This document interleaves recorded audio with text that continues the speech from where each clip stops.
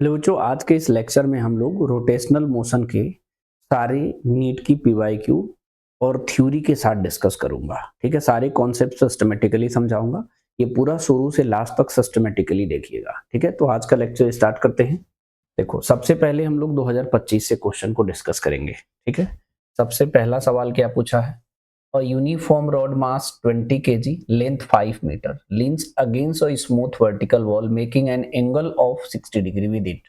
The other end rests on the horizontal floor. The friction force that the floor exert on the rod is take. G की value है 10 metre per second square. ठीक है, तो इसमें क्या है हमारे पास? अब इतना सारा लिखना नहीं है, वो मैं एक्सप्लेन करने के लिए ऐसे लिखा था। सिंपली जो है हमारा ये वॉल है, इस पे रॉड इस तरह से सस्पेंडेड है और ये हमारा यहाँ नीचे क्या होगा? फ्रिक्शन, रफ सरफेस होगा। ठीक है, अगर ये ऐसा बना रहे तो इक्विलिब्रियम में होगा, तो नेट फोर्स और नेट टॉर्क जीरो होगा। तो नेट फोर्स अगर मैंने यहाँ पे नॉर्मल फोर्स इधर N1 लगा दिया हूँ, यहाँ नॉर्मल फोर्स N2 लगा दिया हूँ, यहाँ mg नीचे लगा दिया हूँ। ठीक है, तो अगर इक्विलिब्रियम में है तो N2 किसको बैलेंस करेगा? mg को। N1 किसको बैलेंस करेगा? फ्रिक्शन फोर्स को। जब इधर ये सरकना चाहेगा तो फ्रिक्शन फोर्स इधर लगेगा। ठीक है, अब टॉर्क, अगर ये इक्विलिब्रियम में है तो इसके अबाउट निकालोगे टॉर्क तब भी जीरो होगा, इसके अबाउट निकालोगे तब भी टॉर्क जीरो होगा। तो किसी के भी अबाउट निकाल सकते हो।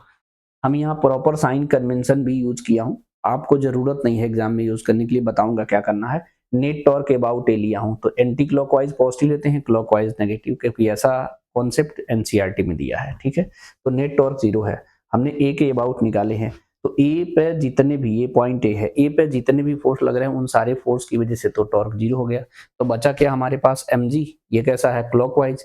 ये n1 है, ये एंटी क्लॉकवाइज लग रहा है। तो n1 से परपेंडिकुलर डिस्टेंस कितना है? इस वाले डिस्टेंस को यहाँ देखो मैंने h माना हूँ और इसको x, तो यहाँ से डायरेक्टली लिखेंगे तो n1 इंटू एच प्लस होगा, क्योंकि ये एंटी क्लॉकवाइज था, और ये क्लॉकवाइज को माइनस लिया हूँ तो माइनस mg इंटू एक्स। लेकिन जब आप एग्जाम में बैठना तो भाई क्लॉकवाइज एंटी क्लॉकवाइज से कोई मतलब ही नहीं है। ठीक है, डायरेक्टली जो है एक डायरेक्शन में जो क्लॉकवाइज में होगा उसको एक साइड ऐड कर लेना, जो एंटी क्लॉकवाइज होगा वो यहाँ पे दो ही है, ज्यादा होगा तो एक डायरेक्शन में ऐड कर लेना। ठीक है, तो ये डायरेक्ट ये लिख सकते हो n1h इक्वल टू mgx। ठीक है, अब थोड़ी बहुत ट्रिग्नोमेट्री आपको आना चाहिए। या साइन 30 से अब क्या यूज करोगे? h अपॉन एल, यहाँ पे h की वैल्यू l साइन 30। अब आपको x निकालना है तो base upon hypotenuse cos 30x upon l by 2, तो x की वैल्यू हो गया। अब यहाँ पे सिंपली रखोगे तो ये हो जाएगा n1 into L by two mg into L by two into root three by two. ठीक है, L by two root three by two, और अब इसे सिंप्लीफाई करोगे तो 100√3 आएगा, तो डी ऑप्शन जो है करेक्ट होगा। ठीक है, बहुत सारे बच्चे जो है टॉर्क को बी के अबाउट बैलेंस कर लेते हैं, तो बी के अबाउट, तो लेकिन यहाँ पे देखो तीन तीन आ गया। एक्चुअल में एग्जाम में ये भी समझना है जिससे कम से कम फोर्स आए, अननोन। अब देखो यहाँ तीनों की वजह से अगर आएगा, क्योंकि इसके अबाउट निकालोगे टॉर्क तो सिर्फ n1 की वजह से जीरो होगा, बाकी फ्रिक्शन फोर्स की वजह से, n2 की वजह से, mc की वजह से, तीनों की वजह से यहाँ पर निकालना पड़ेगा। तो ये मेथड थोड़ा लेंदी हो गया, इसीलिए प्रैक्टिस करते समय पहला बात ध्यान देना है, टॉर्क जब भी नेट जीरो करना, एक ऐसे पॉइंट के अबाउट नेट टॉर्क निकालना जिस पर ज्यादा फोर्स लगा हो, तो सारे फोर्स की वजह से जीरो, तो कम फोर्स बचेगा उसके वजह से नेट टॉर्क, तो छोटा इक्वेशन बनेगा, आसानी से सॉल्व हो जाएगा। इस बात को ध्यान रखना, ये सबसे बेस्ट था। यहाँ पर सिर्फ क्या करना था, इधर हमारा ये क्या लगता हमारा n1 into H equal to mg into X direct करना था, सॉल्व कर लेना। ठीक है, ये कह रहा था sphere radius R cut from a large solid sphere radius 2r as shown in the figure, the ratio of the moment of inertia of the smaller sphere to that of the rest part of the sphere about y axis। बहुत simple बात है। क्या simple बात है भाई? इसका जो हमारा स्फीयर है, यहाँ पर देखो लेंथ में होता है तो लेंथ को लेते हैं मास, एरिया में होता है तो एरिया को लेते हैं मास, अगर वैल्यूम में हुआ तो वैल्यूम को मास लेंगे। तो ये कह रहा है इस कट करेंगे तो रेशियो किसका पूछा है? जो कट किया है, जो बचा हुआ है उसका मोमेंट ऑफ इनर्शिया बता। सिंपल, इसको देखो बड़े वाले को 4/3, रेडियस कितना है 2r की पावर 3, ये आएगा 4/3 pi R cube into 8। 4/3 pi R cube को आप m मान लो तो ये 8m हो गया। तो छोटे वाले का रेडियस के डायमीटर 2r है, रेडियस r हो जाएगा 4/3 पाई आर क्यू। ठीक है, ध्यान देना ये क्यूब है, 4/3 पाई आर क्यू, तो इसे m हो गया। सिंपल, अब इसका m है, बड़े वाले का जो है 8m है। अब कट के लिए निकालोगे इसी को तो 2/5 mr स्क्वायर लगाओगे खुद के एक्सेस के अबाउट, लेकिन हमें निकालना है इसका, तो parallel axis theorem mr square 7/5 mr square. अब जो है पहले अब जो कटने के बाद क्या बचेगा हमारा, पहले कटने से पहले कितना है 2/5 8m 2r का स्क्वायर इतना होगा, ठीक है। देखो तो ये होगा हमारा, अब बचेगा कितना, इसको सबट्रैक्ट करना पड़ेगा। तो इसका इसी के एक्सेस के अबाउट मोमेंट ऑफ इनर्शिया निकाल चुका हूं, जो कट कर रहा है इसके एक्सेस के अबाउट। तो I remaining I minus I cut जो भी कट कर रहा है 64 mr square upon 5 7/5 mr square 57 mr square by 5 आ जाएगा। फिर इन दोनों को डिवाइड करोगे तो mr स्क्वायर कट जाएगा, 5 भी कट जाएगा, तो 7/57 आएगा। तो ए ऑप्शन करेक्ट हो जाएगा। इसमें कह रहा है a sun rotate around its centre once in 27 days. What will be the period of revolution if the sun were to expand to twice its present radius without any external influence? Assume the sun to be a sphere uniform density। ठीक है, अब देखो इसको rotate कराएंगे तो इसमें कोई external torque तो लगा नहीं है, तो कंजर्वेशन ऑफ एंगुलर मोमेंटम लगा सकते हो, एल की वैल्यू आई इंटू ओमेगा। तो हम कॉन्सेप्ट लगाएंगे I1 omega 1 equal to I2 omega 2, ये हो जाएगा 2/5 mr स्क्वायर 2 अपॉन T1 2/5। इसको एक्सपेंड करके रेडियस कितना कर दिया है 2r, तो 2r का स्क्वायर 2 अपॉन 2। सिंप्लीफाई करोगे तो T2 की वैल्यू 4 T1 कितना 27 मल्टीप्लाई करोगे तो 108 डेज आएगा। तो हमारा जो है बी ऑप्शन जो है करेक्ट हो जाएगा। नेक्स्ट क्वेश्चन देखो, इसमें कह रहा the moment of inertia of thin rod about an axis passing through its midpoint and perpendicular to the rod this the length of this gram rod is nearly. ठीक है, length पूछ रहा है हमारा, मतलब ये कह रहा है हमारा एक रॉड है, इसका परपेंडिकुलर और इस सेंटर से पास होने वाला मोमेंट ऑफ इनर्शिया आई की वैल्यू ml स्क्वायर बाई 12 होता है हमारा। आई की वैल्यू दिया, एम की वैल्यू दिया, आई ml स्क्वायर बाई 12 करेंगे, सारी वैल्यू रखेंगे तो यहाँ से एल की वैल्यू आएगा 8.5। तो ए ऑप्शन जो है करेक्ट हो जाएगा। सिर्फ आई की value ml square by 12 use करना था, सारा इंफॉर्मेशन दिया, सिर्फ एल निकालना है। ठीक है, इस क्वेश्चन को देखो, ये कह रहा a wheel of bullock cart is rolling on a level of road as shown in the figure below. Its linear speed is v. The direction shown. Which one of the following option is correct? P and Q are any highest and lowest point of the wheel respectively. बहुत simple सवाल है ये, rolling motion का सिर्फ definition से सवाल पूछ लिया है। प्योर रोलिंग है तो v equal to r into omega, यहाँ पर रेस्ट रहता है, नेट वेलोसिटी 0, स्लिप नहीं करता है, यहाँ पर सिर्फ v होगा, और यहाँ पर होगा v प्लस आर ओमेगा। तो ये v और ये तो सेम ही होता है, तो v और v2 भी हो जाएगा। तो सबसे फास्ट यहाँ होगा, उसके बाद यहाँ, वहाँ, यहाँ तो 0 है। एट दैट इंस्टेंट रेस्ट पे रहता है ताकि वो व्हील है स्लिप ना करे, तो रोलिंग कंडीशन में घूमते हुए जाता है, स्लिप नहीं करता है। तो हमारा point P moves faster than Q, तो बी ऑप्शन करेक्ट हो जाएगा। इसमें कह रहा let omega 1 omega 2 omega 3 be the angular speed of the second hand, minute hand and hour hand of smoothly running analog clock respectively if x1 x2 and x3 are their respective angular distance in 1 minute, then the factor which of the remains constant। इसमें कौन सा वो है constant होगा। जब भी ऐसा कोई सवाल है तो ऑप्शन को भी देखना, क्यों भाई, ऑप्शन को देखना इसलिए जरूरी है क्योंकि आपको उसमें चेक करना पड़ सकता है। तो थीटा की वैल्यू ओमेगा इंटू टी होता है, तो यहाँ से 1 अपॉन टी लिखोगे तो थीटा ओमेगा अपॉन थीटा, क्योंकि इसने टाइम बोला है कि 1 मिनट ही लेना है। मिनट हैंड लो, आवर हैंड लो, सेकेंड हैंड, टाइम 1 ही मिनट लेना है, तो टाइम चीज सेम है। इससे चेक करेंगे क्या कांस्टेंट, तो 1 अपॉन टी की वैल्यू निकाला तो ओमेगा अपॉन थीटा, यहाँ थीटा को एक्स से रिप्रेजेंट किया है। ठीक है, तो 1 मिनट मतलब 1 अपॉन 60। तो ये देखो ओमेगा और थीटा अलग अलग चलेगा, क्योंकि मिनट हैंड अलग एंगुलर डिस्प्लेसमेंट चलता है, आवर हैंड भी अलग चलता है, तो एंगुलर स्पीड भी अलग होगा, कोई तेज चलेगा कोई फास्ट चलेगा, तो एंगुलर स्पीड जो है सेम नहीं होगा, है ना। तो omega 1 upon x1, omega 2 upon x2, omega 3 upon x3, ये इसका रेशियो, लेकिन जो 1 अपॉन टी आ रहा है वो कांस्टेंट होगा। आप इसे चेक करना तो ऐसे देख सकते हैं, यही तो वॉच होता है। आप इसमें देखोगे मिनट हैंड देखोगे तो 1 मिनट में 6 डिग्री चल रहा है, लेकिन सेकेंड हैंड देखोगे तो 60 सेकेंड में मतलब 1 मिनट होता है, ये 360 डिग्री चल रहा है। एंगुलर डिस्प्लेसमेंट अलग है, तो जो ज्यादा एंगुलर डिस्प्लेसमेंट रहेगा तो उसका स्पीड भी तो ज्यादा होगा। आप देखना, घड़ी यूज करना, मिनट वाला आवर वाला बिल्कुल धीरे धीरे चलता है, मिनट वाला थोड़ा और फास्ट चलता है, और सेकंड वाला और फास्ट चलता है, तो एंगुलर वेलोसिटी थोड़ी सेम होगा, और एंगुलर डिस्प्लेसमेंट भी अलग होगा भाई साहब। अगर आवर हैंड में देखोगे तो 12 आवर में 360 डिग्री होता है, 1 मिनट में कितना होगा, हाफ डिग्री, 1 मिनट में 360 डिग्री, 1 मिनट में 6 डिग्री। इसलिए इसका रेशियो जो है, टाइम सेम लिया 1 मिनट, इसलिए रेशियो सेम था। ऐसे सवाल में कुछ नहीं करना होता, लेकिन ये वहाँ पे दिमाग में टिक तभी करेगा, हिट तभी करेगा जब आप धीरे-धीरे ऑब्जर्वेशन इंक्रीज करते हो।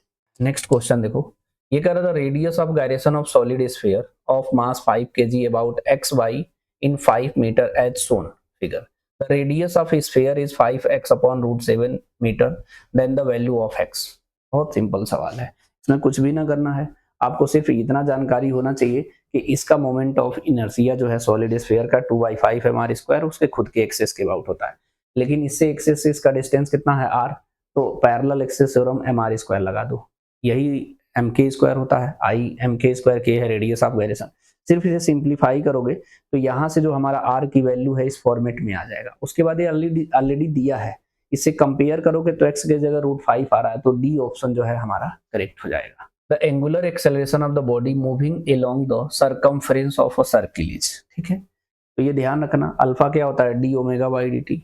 इसको कैसे निकालते हैं, राइट हैंड कर्ल यूज करते हैं, जिस डायरेक्शन में ये रोटेट हो रहा है उसी डायरेक्शन में हाथ को कर्ल करोगे तो ये हमारा इस एक्सेस के अबाउट जो है एंगुलर एक्सेलरेशन का डायरेक्शन होगा along the axis of rotation. तो ये कहीं नोट बना के लिख लेना, जब ऐसे मूव करेगा तो एंगुलर ऑफ, अच्छा ऐसे करेगा तो नीचे होगा एंगुलर एक्सेलरेशन का डायरेक्शन, और जब ऐसे होगा तो ऊपर की ओर होगा।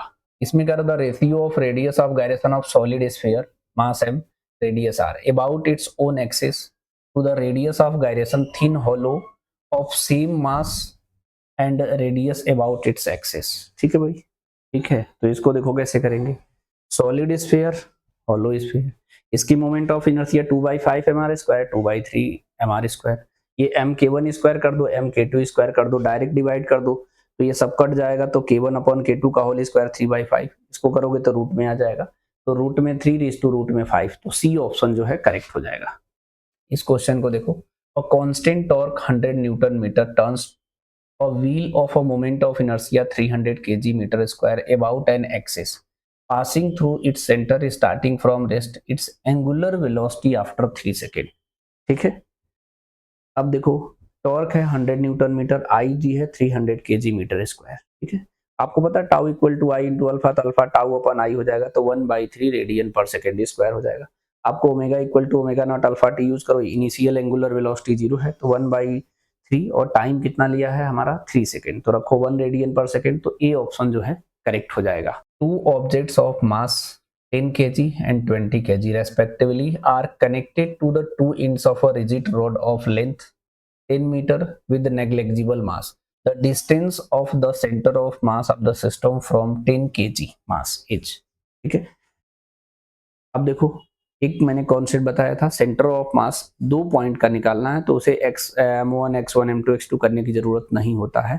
पूछा है कहां से, from the distance of the centre of mass from 10 kg, ठीक है, तो 10 kg से पूछा है हमारा, तो अपोजिट वाला मास ऊपर, टोटल मास नीचे, और उसके बीच के गैप से मल्टीप्लाई कर देते हैं। पूछा है यहाँ से तो ऊपर ले लेंगे 20 और टोटल मास नीचे 10 + 20 × 10, इसके बीच का गैप सिंप्लीफाई करेंगे तो बी ऑप्शन करेक्ट हो जाएगा।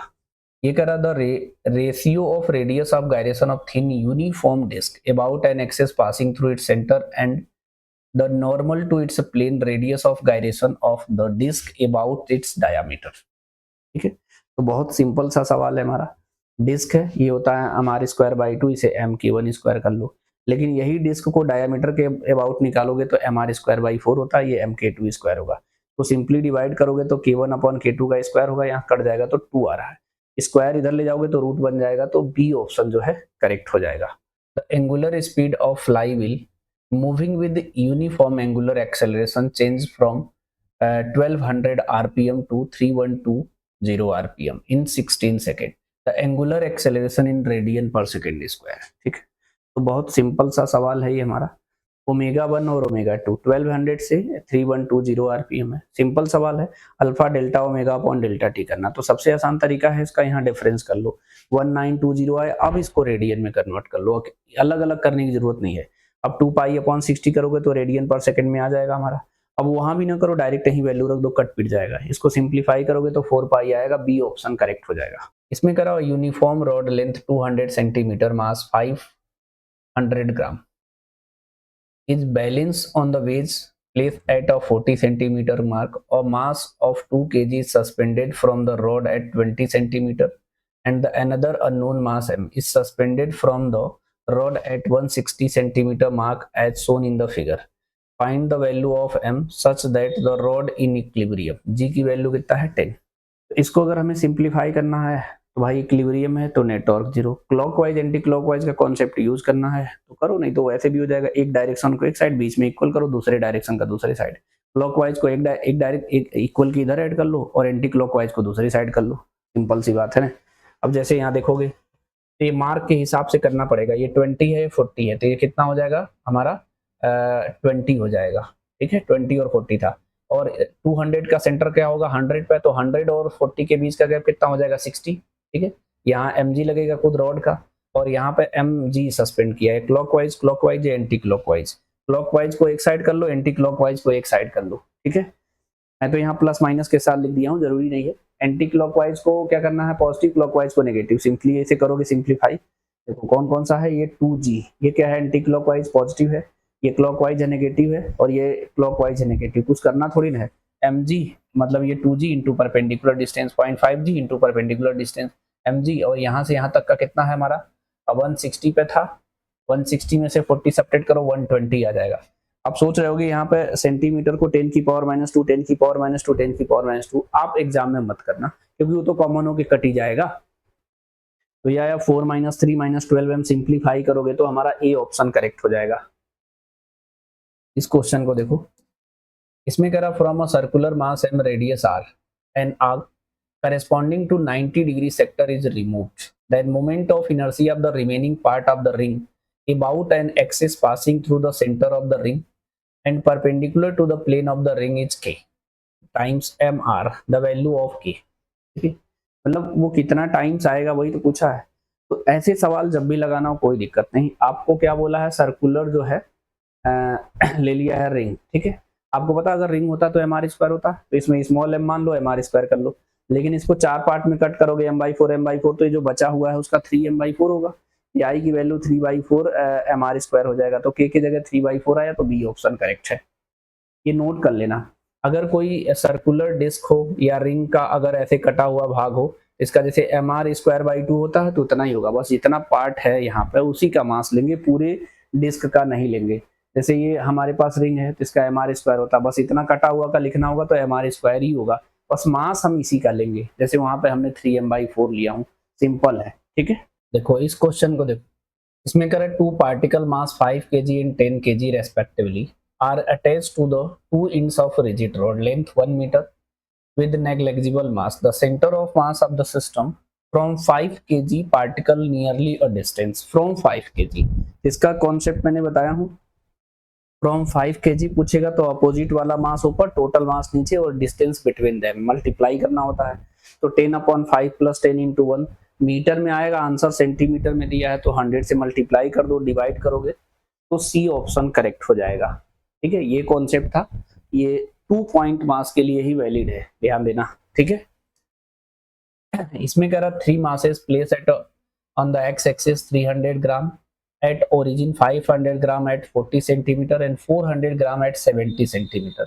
The distance of the center of mass from the origin. ठीक है, अब 3 है तो यहाँ 3 के लिए आपको ये कॉन्सेप्ट लगाना पड़ेगा. xm m1 x1 m2 x2 m3 x3 upon m1 plus m2 plus m3.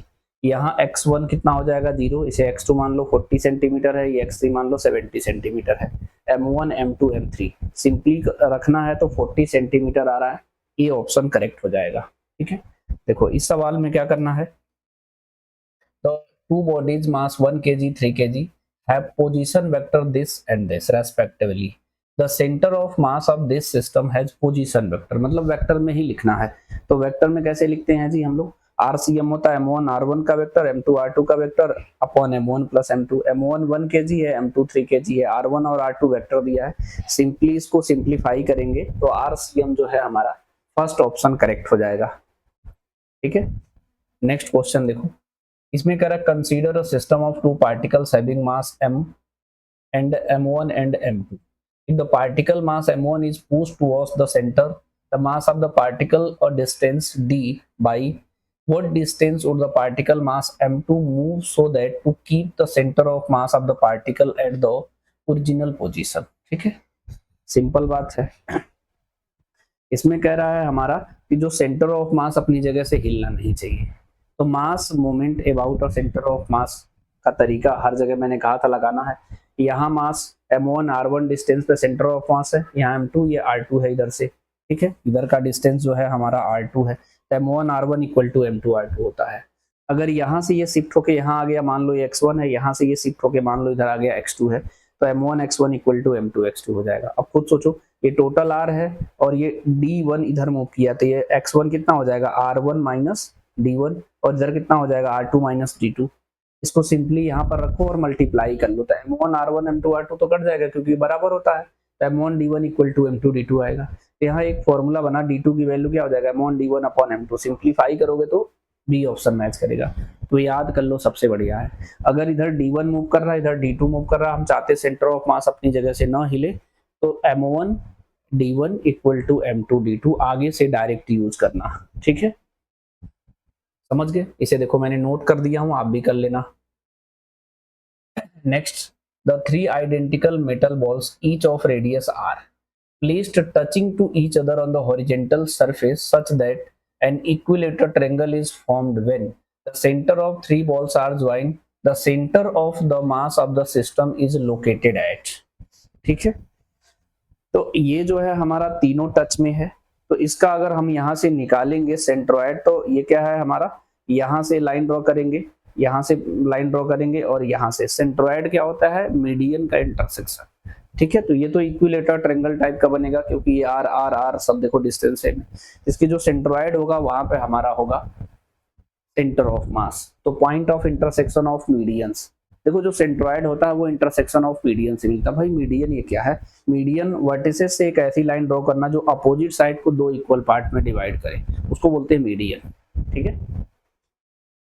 Next question देखो, इसमें कह रहा है the centre of mass of the particle does not depends, ठीक है।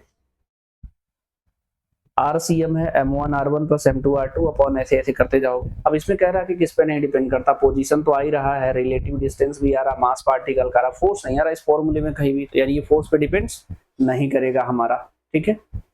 नेक्स्ट सवाल देखो, इसमें ये कह रहा the two person mass 55 kg and 65 kg respectively are at the position at the end of boat, the length of boat 3 meter, weight 100 kg and 55 kg man walks up to 65 kg man to sit with him.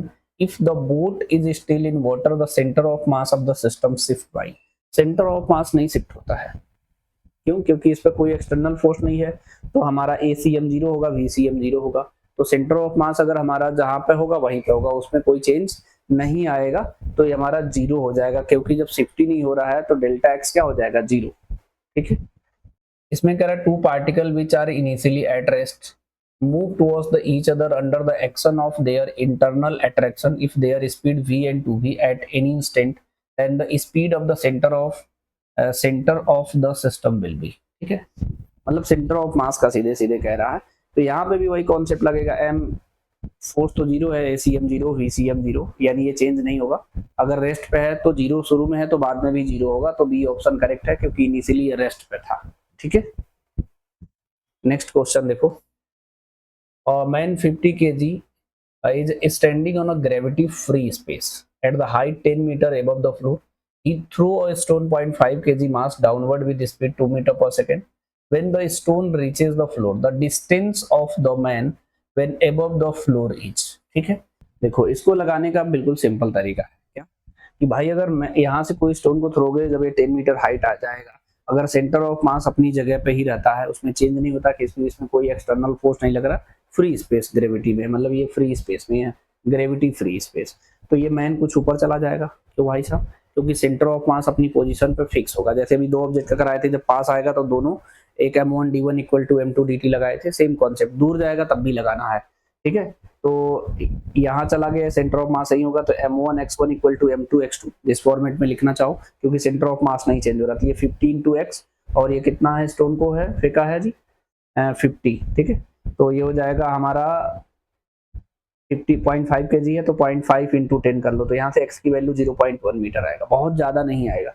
लेकिन ये ground से height पूछा है, तो भाई यहाँ तक तो 10 है ही, तो 10 0.1 हो जाएगा तो बी ऑप्शन जो है हमारा करेक्ट हो जाएगा। ये वाला कॉन्सेप्ट जो है हमारा सेंटर ऑफ मास अपनी पोजीशन से चेंज नहीं होगा तो m1 x1 equal to m2 x2 ये बहुत जरूरी है, इसे कहीं नोट कर लेना।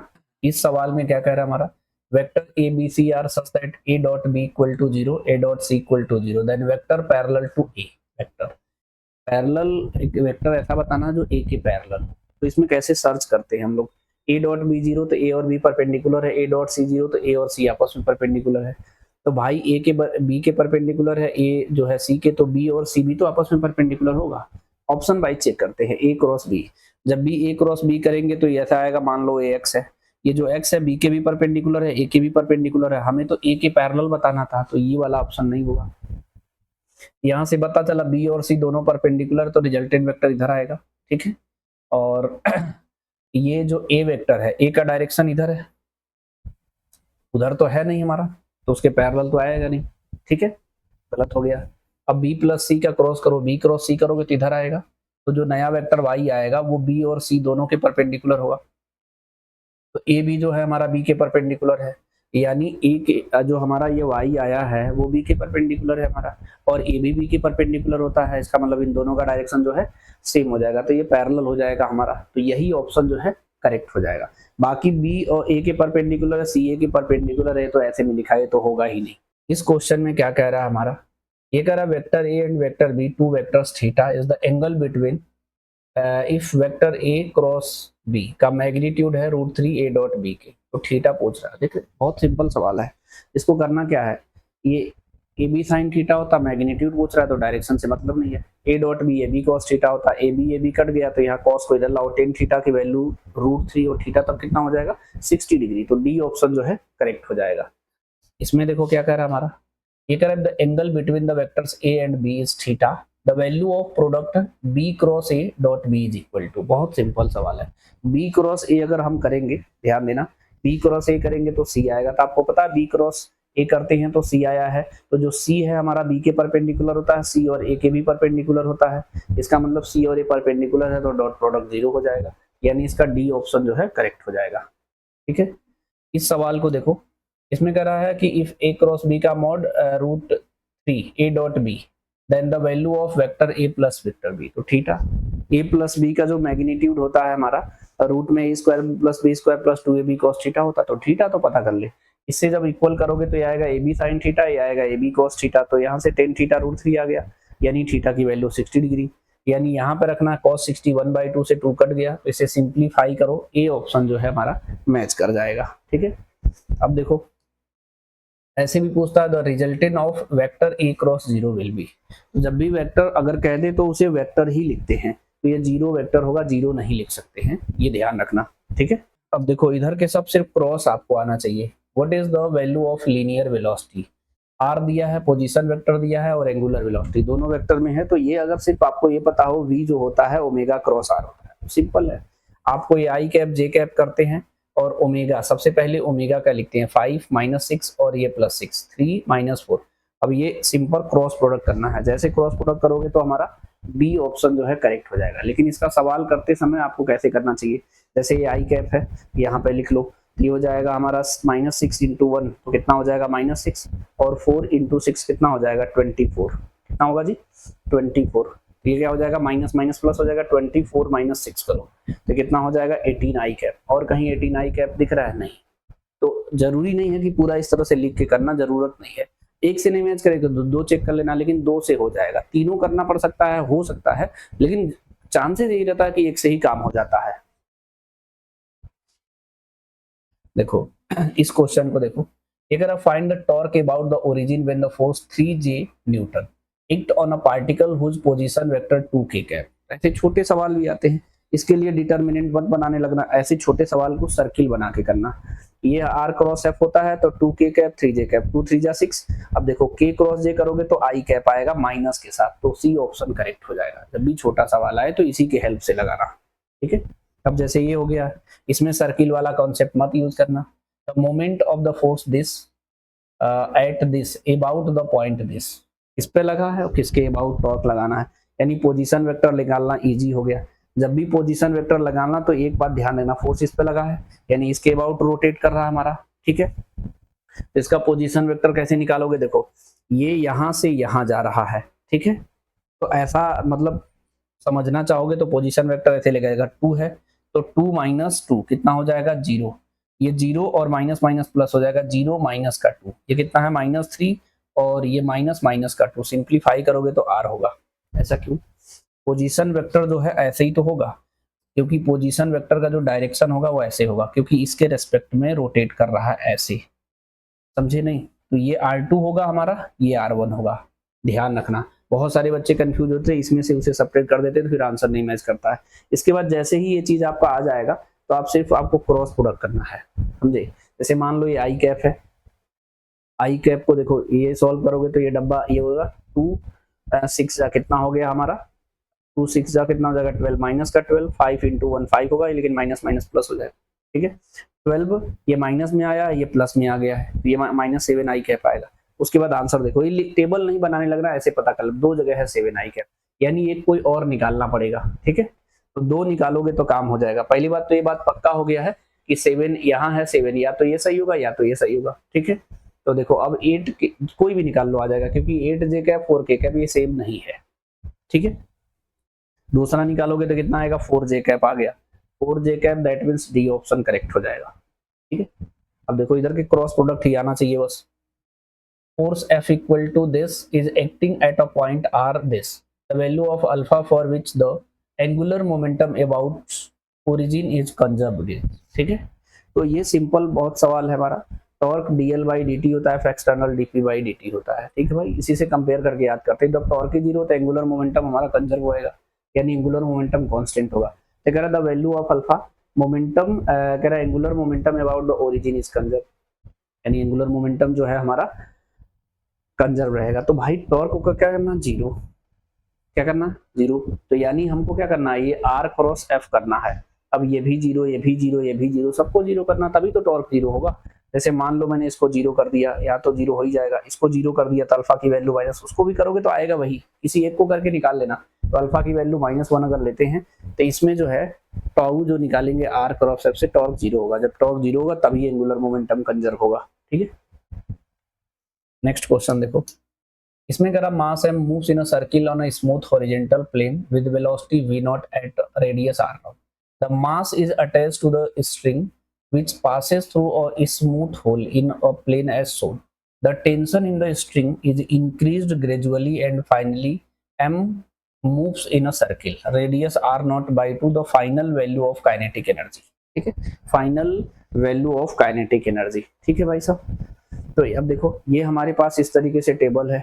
अब यहां से इसको समझना ये है कि पहले हमारा r0 था, बाद में r0/2 हो गया, तो कुछ इस तरीके से ये स्ट्रिंग सीधे नीचे लाओ, यहाँ से ये होल से इस तरह निकला है, मास ऐसे ऐसे रोटेट हो रहा है, नीचे से ये स्ट्रिंग को धीरे धीरे खींचोगे तो इसका रेडियस धीरे धीरे छोटा होगा, तो सर्किल धीरे धीरे छोटा हो जाएगा, मतलब इस पर कोई एक्सटर्नल टॉर्क नहीं लगा है, ठीक है। तो एंगुलर मोमेंटम कंजर्व होगा, और एंगुलर मोमेंटम होता है mvr। ये तो डायग्राम मैंने ऐसे बनाया हूं समझने के लिए, अंडरस्टैंडिंग इतना हो कि डायरेक्ट लिख पाओ।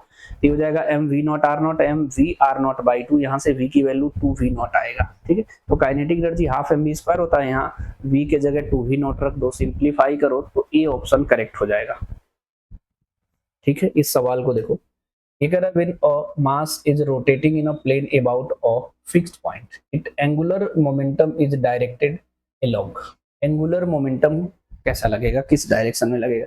आपको बेसिक बात है, मैंने इसको एंगुलर मोमेंटम को भी मैंने बताया था कि राइट हैंड यूज करना है। मान लो ऐसे सर्कुलेट हो रहा तो ऐसे कर्ल करना, ठीक है।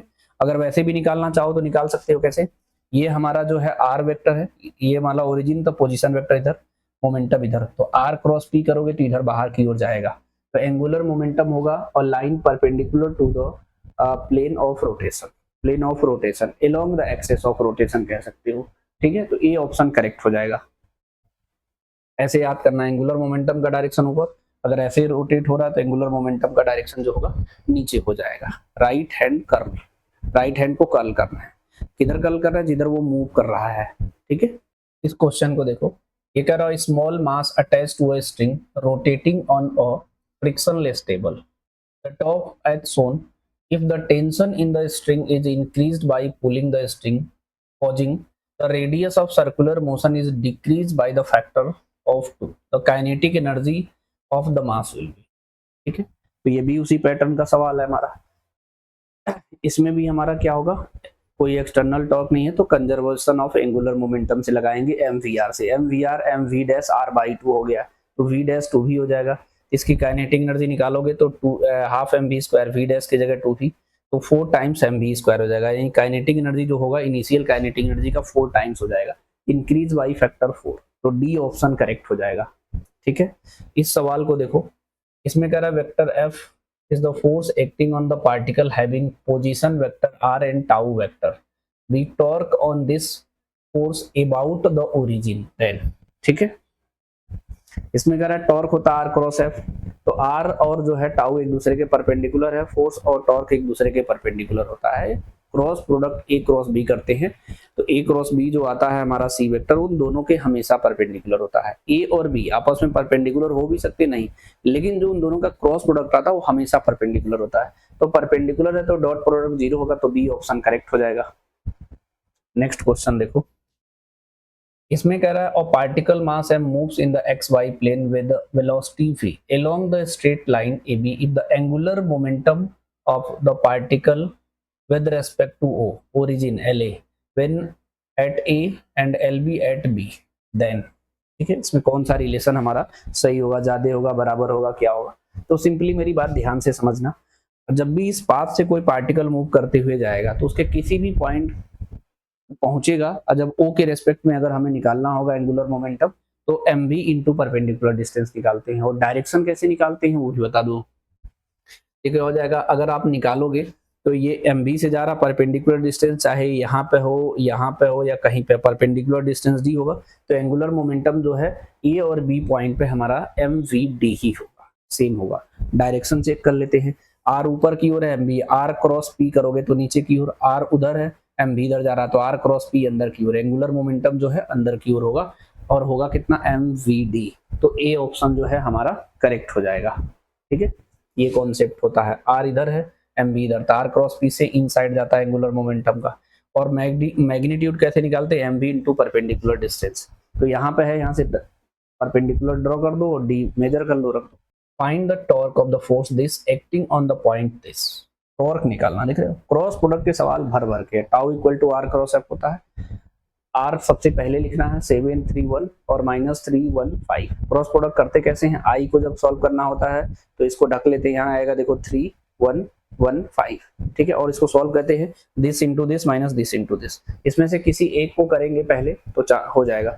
ये देखो 5 3 जा 15, 15 माइनस 1 कितना होगा 14, 14 आई कैप सिर्फ सी में है और कहीं नहीं है, तो डायरेक्टली सी ऑप्शन करेक्ट हो जाएगा। ठीक है, नेक्स्ट क्वेश्चन देखो, ये कह रहा what is the torque of the force this acting on the point this about the origin. ये भी फिर वही कॉन्सेप्ट पूछ लिया, torque R cross F, R का पहले लिखो यहाँ 3 2 3 और उसके बाद फोर्स का 2 - 3 4। ठीक है, अब इसमें देखो सबसे पहले इसको सिंप्लीफाई करो, तो 2 इसको इसने के को पहले किया, किसी को भी कर सकते हो, ये 3 इंटू 3 कितना हो जाएगा -3, 2 इंटू 2 4, -9 -4 -13 के कैप यहाँ है और कहीं नहीं है, तो डी ऑप्शन जो है करेक्ट हो जाएगा। इसको देखो, ये कह रहा था particle mass m5 is moving with uniform speed v 3√2 in x o y plane along the line y equal to x plus 4 the magnitude of angular momentum of the particle about the origin is। ठीक है, तो simply क्या होगा हमारा, यहाँ पे जो है इसको मान लो ये x एक्सेस है, y एक्सेस है। ठीक है, ये हमारा जो है स्ट्रेट लाइन का इक्वेशन है y equal to x plus 4। तो यहाँ पे परपेंडिकुलर ड्रॉ करोगे तो देखो ये 4 है, ये 4 है। ठीक है, तो अगर ये 4 है तो ये 45 हो जाएगा, तो यहाँ से आप sin 45 dy4 यूज करोगे तो d आ गया, तो M V into perpendicular distance करोगे, ये रख दो, ये कितना आ गया 60 यूनिट आ गया। लेकिन अगर थोड़ा याद करने की क्षमता है आपका तो आप ऐसे करो, क्या, जब भी कोई भी पॉइंट दिया हो, अगर परपेंडिकुलर डिस्टेंस स्ट्रेट लाइन का निकालना होता है तो हमेशा D a1 x1 b1 y1 c upon root में x y के कोफिशिएंट का स्क्वायर कर देते हैं, बिना डायग्राम बनाए सॉल्व कर सकते हो। ठीक है, तो ये ओरिजिन था हमारा कोऑर्डिनेट और ये लाइन था, तो ये कितना हो जाएगा 0 0 प्लस 4 और रूट में 1 का square minus 1 square 4 upon root 2 l M V into perpendicular distance 5 3√2 4 upon root 2, तो 60 आ गया, ये ऑप्शन करेक्ट हो गया। नोट्स बनाते रहना साथ साथ। ठीक है। इसमें कह रहा है which of the following statement are correct, इसमें बताना है कौन सा स्टेटमेंट जो है हमारा करेक्ट है। ठीक है, इसको ध्यान से देखो। पहले में क्या बोला है हमारा, the centre of mass of body always coincide with the centre of gravity. ध्यान देना, सेंटर ऑफ ग्रेविटी और सेंटर ऑफ मास तभी कोइंसाइड होगा जब बॉडी सिमेट्रिकल हो। ठीक है, यूनिफॉर्मली सिमेट्रिकल हो तभी, अदरवाइज नहीं। तो ये वाला गलत हो गया। फिर the centre of mass of body is the point eight which the total gravitational torque zero. मान लो अगर यहाँ पर सेंटर ऑफ मास है, सेंटर ऑफ ग्रेविटी यहाँ है, सेंटर ऑफ ग्रेविटी कहाँ, mg जहाँ लगता है, तो बताओ इसके अबाउट रोटेट नहीं कर जाएगा। अगर सेंटर ऑफ मास और सेंटर ऑफ ग्रेविटी एक ही पॉइंट है तब आप कह सकते हो नेट ग्रेविटेशनल टॉर्क mg की वजह से टॉर्क जीरो होगा, ऐसे नहीं कह सकते हो। यानी ये वाला स्टेटमेंट भी जो है गलत हो गया। A couple on a body produce both translation and rotational motion. पता है कपल जो होता है, सिंपल कपल, उसमें सिर्फ प्योर रोटेशन होता है, ट्रांसलेशन नहीं होता है, तो ये भी गलत हो गया। Mechanical advantage greater than one means the small effort used to lift the large load. सही बात है, मैकेनिकल एडवांटेज होता है load upon effort, greater than one load greater than effort, effort कम है, कम एफर्ट लगा के हैवी लोड को उठाया जा सकता है। ठीक है, तो इसका हमारा जो है डी ऑप्शन करेक्ट हो गया, ओनली फोर्थ करेक्ट। ठीक है, इसमें देखो, इसमें कह रहा कि rod weight W is supported by two parallel knife edge A and B and equilibrium in the horizontal position. The knives are at a distance D from each other. The center of mass of the rod is at a distance X from A. The normal reaction on A. ठीक है, अब देखो, अब हमें simple बात है, अगर ये इक्विलिब्रियम में है तो ये A है B है, दोनों पे इधर N1 लगेगा इधर N2 लगेगा, यहाँ वेट W नीचे की ओर लगेगा। अगर ये इक्विलिब्रियम में है तो नेट टॉर्क जीरो होगा। तो डायरेक्टली सॉल्व करने का तरीका है कि इसमें पूछा है द नॉर्मल रिएक्शन ए पे पूछा है तो बी के अबाउट टॉर्क निकाल दो, तो ये W लगेगा, एक नॉर्मल फोर्स ऊपर लगेगा। एंटी क्लॉकवाइज क्लॉकवाइज यूज करना है तो करो, anti clockwise positive clockwise negative, नहीं करना है तो दोनों क्लॉकवाइज एंटी क्लॉकवाइज को अलग अलग बीच में इक्वल कर दो। मैं यहाँ डायरेक्शन के साथ taking torque about B, N1D क्या है हमारा जी, यहाँ से देखोगे N1, ये कैसा है क्लॉकवाइज, ये कैसा है एंटी क्लॉकवाइज, क्योंकि इसके अबाउट रोटेट कराएगा तो ये ऐसे कराएगा और ये इसे जो ऐसे रोटेट कराने का प्रयास करेगा। तो -N1 into D W D minus x, simplify करोगे तो N1 आ गया। ये करने की जरूरत ही नहीं था, डायरेक्ट लिखना था N1D, क्लॉकवाइज को एक साइड लिख लो, एंटी क्लॉकवाइज को दूसरे साइड लिख लो, बीच में equal WD minus x. Direct यहाँ से सॉल्व करना नीट के एग्जाम में, समझे कि नहीं। तो ये डायरेक्टली जो है बी ऑप्शन करेक्ट हो जाएगा। इसको मैंने मॉडिफाई करके बी के अबाउट कर दिया हूँ, आप कर लेना, ये वैसे मैं बता दे रहा हूँ। अब टॉर्क हम किसके अबाउट बैलेंस करना, ए के अबाउट बैलेंस करना। ठीक है, तो यहाँ से N2 निकल जाएगा। ठीक है, तो N2 into D equal to W into x हो जाएगा, डायरेक्ट बीच में इक्वल मत करना, N2 equal to D equal to W into x. Plus minus use करना हो तो नोट कर लेना, ऐसा साइन कन्वेंशन एनसीईआरटी में दिया है, डी ऑप्शन इसका करेक्ट होगा। इस क्वेश्चन को देखो, इसमें कह रहा है ABC equilateral triangle with O as its centre F1 F2 F3 represent by the force acting along the sides AB BC AC respectively if the total torque about O is 0 then remaining magnitude of F3 is. ठीक है, तो बहुत simple सी बात है हमारा। देखो F1 force इधर लग रहा है, इसके अबाउट टॉर्क निकालोगे तो ऐसे लगेगा एंटी क्लॉकवाइज, ये फोर्स इधर है इस O के अबाउट लगाएंगे तो एंटी क्लॉकवाइज, ये फोर्स इधर है इसकी वजह से लगाएंगे तो क्लॉकवाइज। ठीक है, सिंपल बात। अभी क्या हो जाएगा F1x F2x और ये हो जाएगा -F3x इक्वल टू 0, तो F3 की वैल्यू F1 प्लस F2 होगा। अगर आपको क्लॉक एंटी क्लॉकवाइज पॉजिटिव और क्लॉकवाइज नेगेटिव सिंबल नहीं यूज करना है तो जैसे एंटी क्लॉकवाइज को एक साइड ऐड करो, बीच में इक्वल करो, क्लॉकवाइज को एक साइड कर लो, ये तरीका यूज करना। अगर साइन कन्वेंशन लगता भूल जाओगे तो इसका सिंपली ए ऑप्शन करेक्ट है। ठीक है, इसको ध्यान से पढ़ना। इसमें कह रहा है which of the following statement correct, ये डायरेक्ट स्टेटमेंट ही दिया तो पढ़ो वन बाय वन। ठीक है, ये कह रहा था centre of gravity of a body is the point which weight of the body act. ठीक है, तो सेंटर ऑफ ग्रेविटी जो है हमारा, जहां mg लगता है उसी को तो सेंटर ऑफ ग्रेविटी कहते हैं, तो यही तो डेफिनेशन है, बिल्कुल सही बात है। Centre of mass coincide with the centre of gravity the assume to have the infinite large radius. Size बड़ा छोटा करने से नहीं मतलब है, सिमेट्रिकल और यूनिफॉर्म मास डेंसिटी होगा तब कोइंसाइड होगा। ठीक है, तो ये नहीं सही है। Evaluate the gravitational field intensity at any point at the external point, entire mass of the body considered as to be at a center of gravity, center of gravity नहीं, center of mass, ये भी गलत हो गया है। ठीक है, क्या कंसीडर करते हैं, centre of mass CM, centre of मास न कि सेंटर ऑफ ग्रेविटी। हाँ, ये दोनों अगर कॉन्साइड कर रहा है तब तो बात सेम होगा, लेकिन बॉडी सिमेट्रिकल होनी चाहिए, तो इसमें ऐसा कुछ बोला नहीं है। देखो गलत हो गया थे, ठीक है। The radius of gyration of a body acting about an axis of the length perpendicular to the perpendicular drawn from the centre of gravity of the body to the axis. y equal to क्या होता है mk square, ये सही लिखा है, यानी option इसमें search करोगे तो फर्स्ट और फोर्थ सही हो जाएगा, ठीक है। देखो इस क्वेश्चन में कह रहा है हमारा a rod length 3 metre and its mass per unit length is directly proportional to distance x from of its each end, then the centre of gravity from the end will at, ठीक है। तो simply जो है हमें क्या करना है, ये x है, ये कट करोगे तो dx होगा। लेंथ इसका 3 मीटर है हमारा। हम लोग मास, या तो आपको पता है कि dm की वैल्यू लेमडा dx होता है, अदरवाइज थोड़ा समझ लो। अगर लेंथ l है तो m मीटर है तो 1 में m बाई l होगा, ये होता है मास पर यूनिट लेंथ, इसको लेमडा से डिनोट करते हैं। तो अगर dx में निकालोगे तो m by l into dx होगा, तो इसको बोलते हैं लेमडा dx, यही हमारा dm होता है। और ये कह रहा है कि लेमडा जो है डायरेक्टली प्रोपोर्शनल टू x है, तो लेमडा इक्वल टू kx की कोई प्रोपोर्शनलिटी कांस्टेंट ले लिया हूं, तो dm की वैल्यू kx dx हो गया। इंटीग्रेशन ऐसे करेंगे 0 x dm और नीचे dm, ठीक है। ये कॉन्सेप्ट होता है xcm ycm, ये x dm upon dm, y dm upon dm, z dm upon dm। इसको इंटीग्रेट करके सॉल्व करना पड़ता है कंटिन्यूअस अगर कोई मास डिस्ट्रीब्यूशन है तो सिंपल x kx dx 0 से l, kx dx 0 से l, k कॉमन होके कट गया। यहाँ x स्क्वायर का इंटीग्रेशन x की पावर 3/3 और x का integration x square by 2, limit 0 से l रखोगे, ये हो जाएगा हमारा l की power 3/3 l square by 2, simplify करोगे तो 2l/3 आएगा। l कितना है 3, ठीक है, तो यहाँ 3 रखोगे तो 2 मीटर आएगा, ठीक है। हम यहाँ के रेस्पेक्ट में निकाला हूँ, एक क्वेश्चन में मेंशन भी किया है, directly proportional to x from one its then the centre of gravity from that ends, ठीक है। तो यूनिफॉर्म मास डिस्ट्रीब्यूशन का है, तो जैसे हम लोग सेंटर ऑफ मास निकालते हैं उसी तरीके से सेंटर ऑफ ग्रेविटी को भी टिक करेंगे, ठीक है। ये कह रहा है 250 Newton force required to raise 75 kg from the pulley.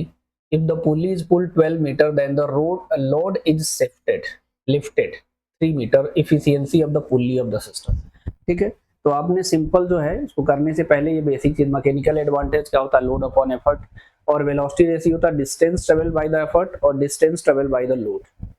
Efficiency क्या होता है, mechanical advantage upon velocity ratio into 100, simple है। यही कॉन्सेप्ट यूज करोगे डायरेक्ट आंसर आ जाएगा आपका, ठीक है। देखो load upon effort, load mg लगाओगे 750, g की वैल्यू मैंने 10 लिया हूं, अपॉन 253 आ गया। वेलोसिटी रेशियो 12/3 हो जाएगा तो 4। Mechanical advantage upon velocity ratio करो तो इफिशियंसी आएगा 100 से मल्टीप्लाई करो 3/4 इंटू 100, 75%, तो सी ऑप्शन करेक्ट हो गया, ठीक है। तो ये कहीं पर नोट आप लिख लीजिएगा, ठीक है। इसमें कह रहा है द कपल प्रोड्यूस, तो जो कपल होता है वो प्योर रोटेशनल मोशन होता है, इसमें कोई ट्रांसलेट नहीं होता, यहीं पर ये रोटेट करता रहता है। इसमें कह रहा है the solid sphere mass m radius r is rotating about its diameter, the solid cylinder of same mass and same radius also rotating about it's geometrical axis with angular speed twice that of the sphere, the ratio of their kinetic energy of the rotation, ठीक है। ये बहुत simple सवाल है हमारा। Kinetic energy हमारा sphere का, kinetic energy cylinder का। काइनेटिक एनर्जी निकालते कैसे हैं जी, हाफ आई ओमेगा स्क्वायर से, सिंपल, ठीक है। हाफ आई ओमेगा स्क्वायर करेंगे तो हाफ तो ऊपर नीचे से ऐसे कट जाएगा, तो आई ओमेगा स्क्वायर करना। सॉलिड स्फीयर का क्या होगा हमारा 2/5 एम आर स्क्वायर, ठीक है। यहाँ 1/2 लिख के काटो तो ज्यादा बढ़िया रहेगा, ठीक है, ये कट जाएगा। 2/5 एम आर स्क्वायर, ये होता है हमारा सिलेंडर का M are square by 2, omega square ये 2 ओमेगा स्क्वायर, सिंप्लीफाई करोगे तो 1/5 आएगा, तो बी ऑप्शन जो है करेक्ट हो जाएगा। नेक्स्ट क्वेश्चन देखो, ये कह रहा है कि लाइट रॉड लेंथ है, two masses m1 and m2 attached to its end, the moment of inertia of the system about an axis perpendicular to the rod and passing through the center of mass।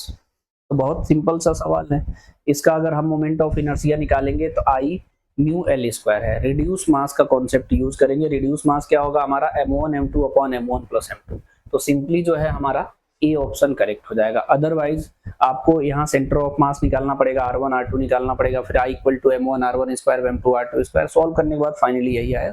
तो reduce mass का भी concept सवाल में लगाना धीरे धीरे use करो, ठीक है।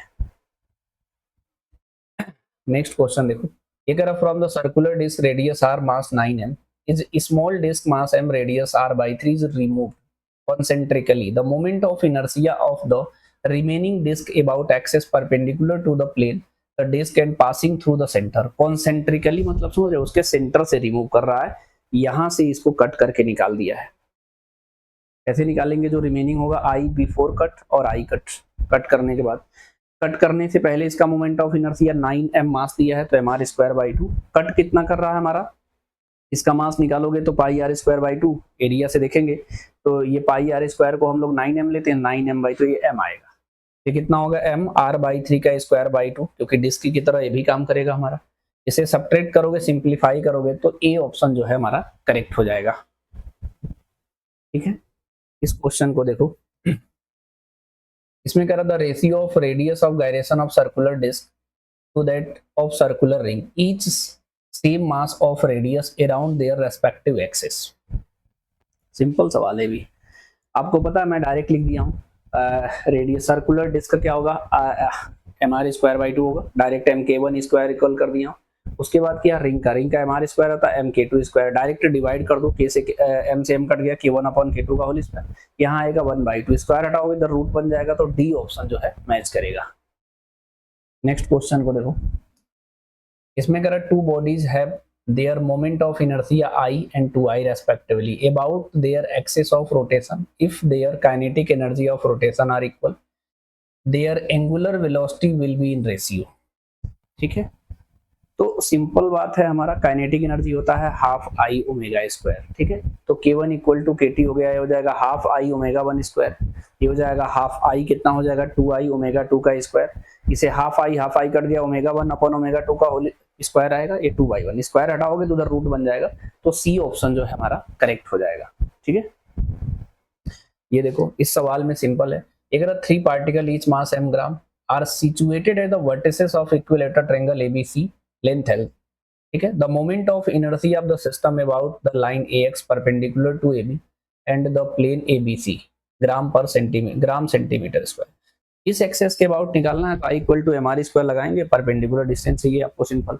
अब देखो इसका निकालोगे तो यहीं से एक्सेस पास हो रहा है, इसकी वजह से तो 0 हो गया, इसका हो जाएगा ml²। ये डिस्टेंस आप निकालना sin 30x/L से L/2 आएगा, तो इसमें क्या करना है हमें, इसके लिए निकालोगे तो क्या जाएगा ml/2 का स्क्वायर। ठीक है, इसको सिंपली ऐड करो तो सी ऑप्शन जो है करेक्ट हो जाएगा। इस सवाल को देखो, इसमें कह रहा था circular disc is to be made by using iron and aluminium so that acquire maximum moment of inertia about the geometrical axis it is possible. ठीक है, इसका ऑप्शन जरूर रीड करना, कैसे क्या कह रहा है, जैसे इसमें एल्युमिनियम इंटीरियर और आयरन सराउंडिंग है, ऐसा क्यों, आयरन का जो मास होता है एल्युमिनियम के मास से ज्यादा होता है। ठीक है, आयरन का 56 होता है अगर मैं एटम से भी बात करें, एलिमेंट से, और एल्युमिनियम का 27 होता है, इसलिए इसको जो है मैंने बाहर किया हूँ। अभी मॉलिक्यूल बनाएगा हमारा कंपाउंड, तो भी उसका आयरन का मास ज्यादा होगा, तो I इक्वल टू mr² होता है, तो मास ज्यादा है तो मोमेंट ऑफ इनर्शिया ज्यादा हो गया, इसलिए उसको बाहर करा गया, इसलिए ए ऑप्शन जो है करेक्ट हो जाएगा। इसमें करा for the adjoining diagram the incorrect relation between I1 I2 I3 I moment of inertia है। ठीक है, इसको लगाने का तरीका क्या होता है, एक बार एक्सेस ऑफ रोटेशन इधर लेंगे, एक बार इसे लेंगे, एक बार इसे लेंगे, और I इक्वल टू mr² होता है, तो I directly proportional to r² कर देंगे, क्योंकि मास सेम कंसीडर करेंगे, कुछ ऐसा मेंशन नहीं किया लेकिन मास को हम लोग सेम कंसीडर करेंगे। तो I यहाँ पे अगर इसे एक्सेस ऑफ रोटेशन लोगे तो इसका डिस्ट्रीब्यूशन यहाँ तक है, तो मैक्सिमम लेंगे हम लोग 3 हो जाएगा, 3 का स्क्वायर 9, इसमें लेंगे तो ये क्या है साइन, देखो इससे निकालना पड़ेगा, 3 4 5 टेंगल है तो 53 होगा, ये 37 होगा, साइन 53 निकालोगे तो क्या हो जाएगा हमारा परपेंडिकुलर। ठीक है, अपॉन हाइपोटेनियस, क्योंकि ये 90 बनेगा, तो r की वैल्यू 12/5। ठीक है, मतलब 2.4 होगा, तो ये I2 डायरेक्टली प्रोपोर्शनल टू 2.4 का स्क्वायर 5.76 आएगा। ठीक है, इसको एक्सेस ऑफ रोटेशन लोगे तो इसका मास का डिस्ट्रीब्यूशन 4 तक जाएगा, तो ये 16 हो जाएगा। तो चेक करो जरा, यहाँ पे है 9, यहाँ पे 5.76, यहाँ 16, तो I3 greater than I1 greater than I2 ऐसा लिख लो। उसके बाद इसमें चेक करो, I1 ग्रेटर देन I2 सही बात है, I2 ग्रेटर देन I1 गलत हो गया, I3 ग्रेटर देन I1 सही है, I3 ग्रेटर देन I2 बिल्कुल सही है, तो इनकरेक्ट जो है हमारा बी ऑप्शन है। अगर इसी में पूछता है कि ऐसा सवाल पूछ लेता है आपसे, there are flat uniform triangular plate ABC such that AB equal to 4 centimeter, BC equal to 3 and angle ABC 90 degree. The moment of inertia of the plate about AB, BC, CA, the axis perpendicular to I1, I2 and I3, which of the following true, इसमें भी वही बताना, इसमें true बताना है, ठीक है। इसे हमें करेंगे क्या, सेम कॉन्सेप्ट, देखो ये 3 है, 4 है, 5 है, ये डिस्टेंस 2.4 है, ये है, तो I1 किसको माना है, इसे, इसका परपेंडिकुलर डिस्टेंस 3 हुआ, I2 इसे माने तो 4 होगा, I3 इसे माने हैं तो इसका कितना हो जाएगा, ये ध्यान देना I1 किसके अबाउट है, ठीक है, सवाल सेम ही है, बस कहने का तरीका इसमें अलग था, ध्यान देना, ये I3 था, ये I2 था, I1 था, ये I2 था, लेकिन इसमें देखो क्या है, ये हमारा I3 है, कंफ्यूज मत हो जाना, ठीक है। तो I equal to summation of M are square, तो I equal to I directly proportional to R square से कर लेंगे, 3 का स्क्वायर 4 का स्क्वायर, तो देखोगे तो ये किसका ज्यादा होगा इसमें जी, इसमें I2 सबसे ज्यादा होगा, उसके बाद I1, उसके बाद I3, तो इसमें correct statement I2 greater than I1 आ गया, थोड़ा सा नाम इधर उधर करोगे ना तो आंसर कोई अलग मैच करेगा, लेकिन कॉन्सेप्ट सेम होगा, तो बी ऑप्शन करेक्ट है, ठीक है। देखो फिर वैसा ही आ गया, ये कह रहा है the ABC triangle plates uniform thickness the sides in the ratio shown in the figure IAB IBC ICA are the moment of inertia of the plate about AB BC and CA respectively, which one of the following relation is correct, इसमें कौन सा relation जो है हमारा correct है, ठीक है। अब इसको सिंप्लीफाई करेंगे, यहाँ भी वही कॉन्सेप्ट 3 4 5, ये तीनों question back to back same ही था, तो IAB का होगा 3 के डायरेक्टली प्रोपोर्शनल, कैसे जी, ये ध्यान देना AB एक्सेस ऑफ रोटेशन है तो मास का डिस्ट्रीब्यूशन 3 होगा, तो 3 4 और ये 2.4, फिर इसमें IBC greater than IAB greater than ICA, तो इसमें डी ऑप्शन हमारा मैच कर रहा है, ठीक है। नेक्स्ट क्वेश्चन देखो, इसमें भी उसी पैटर्न का सवाल है, rectangle ABCD BC equal to 2AB, the moment of inertia of the minimum along the axis through, अब जो R जिसका कम होगा एक्सेस ऑफ रोटेशन से उसका हो जाएगा हमारा, यहाँ थोड़ा सा अगर देखना चाहो तो देख भी सकते हो, मैंने सबके लिए निकाला हो, BC का directly proportional to x square, हमने अपनी मर्जी से इसे x माना है, ये टोटल 2x हो जाएगा, ठीक है। तो अगर आप BC लेते हो तो एक्सेस ऑफ रोटेशन x का स्क्वायर, BD लेते हो, BD इसको मैंने ज्योमेट्रिकली ऐसे निकाला हूँ, यार हमारा 5/4 एक्स स्क्वायर, HF में क्या आ रहा है हमारा, HF कौन सा है, ये है, ये कितना होगा हमारा x का स्क्वायर, ये भी आएगा, ठीक है।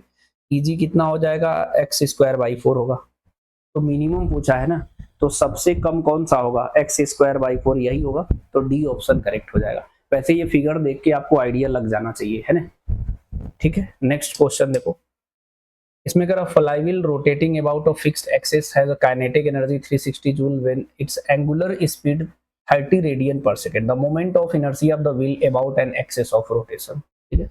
तो सवाल सिंपल है, kinetic energy half I omega square होता है, यहाँ आई पूछा है तो 2k अपॉन ओमेगा स्क्वायर, सब कुछ दे रखा है, 2 कितना दिया है हमारे पास भी 360 जूल दिया है, और ये 30 इंटू 30 कर दो, सिंप्लीफाई करोगे तो 0.8 आ रहा है, तो सी ऑप्शन जो है हमारा करेक्ट हो जाएगा, ठीक है।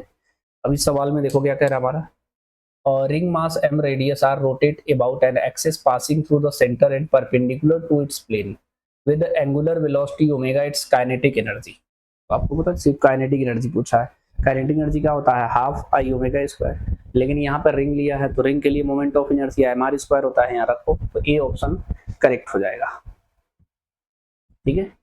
नेक्स्ट क्वेश्चन देखो, इसमें कह रहा from disc radius r mass m circular hole diameter r whose rim passes through the center is cut, what is the moment of inertia of the remaining part of the disk about perpendicular to axis passing through the center, ठीक है।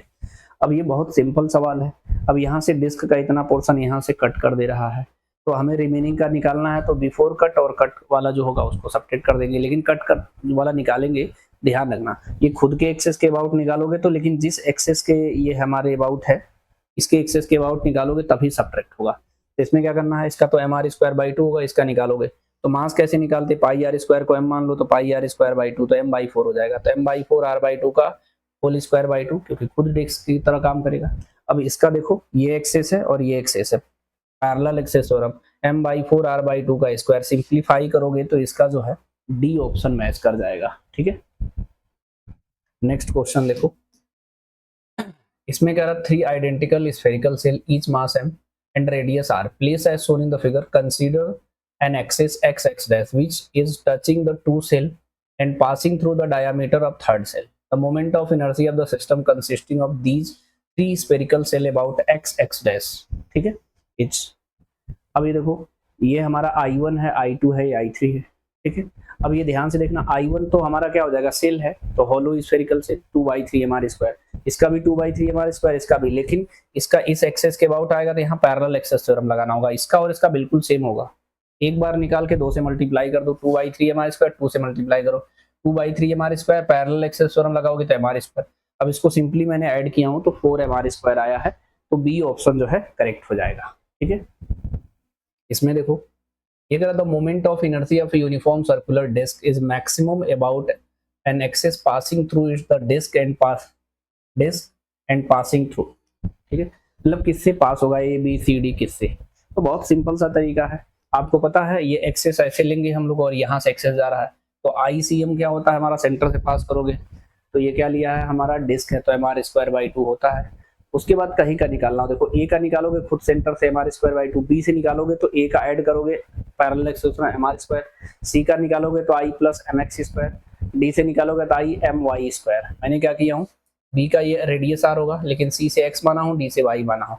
पूछा क्या है इसमें जी, maximum, तो आई ए तो सब में है, ये भी आई है, लेकिन सबसे ज्यादा ऐड जो है mr² हुआ। x देखो फिगर से देख के टिक करना, x जो है हमारा r से कम है, y भी हमारा r से कम है, इसलिए मैक्सिमम की बात करेंगे तो b यानी ए ऑप्शन करेक्ट हो जाएगा। ठीक है। इस क्वेश्चन को देखो, ये कर the moment of inertia of thin uniform rod mass m and length L about an axis passing through the midpoint and perpendicular to length I naught, its moment of inertia about an axis passing through one of its end perpendicular to its length। ठीक है। अब simple सी बात है, ये I है, ये I not है, centre of मास के about moment of inertia I not होता है, तो इसके अबाउट निकालेंगे, I = ICM m L/2 का स्क्वायर, तो I नॉट + ml²/4 होगा, तो बी ऑप्शन जो है हमारा करेक्ट हो जाएगा। ठीक है। नेक्स्ट सवाल देखो, ये कह रहा 4 identical thin rod each mass m and length L form a square frame, moment of inertia of this frame about an axis through a center of the square and perpendicular to its plane। ठीक है, तो simply जो है हमको क्या करना है, ध्यान से समझना। अब ये कह रहा हमारा थिन रॉड है, कितने, 1 2 3 4 मिलके क्या बनाया है, स्क्वायर फ्रेम बनाया है।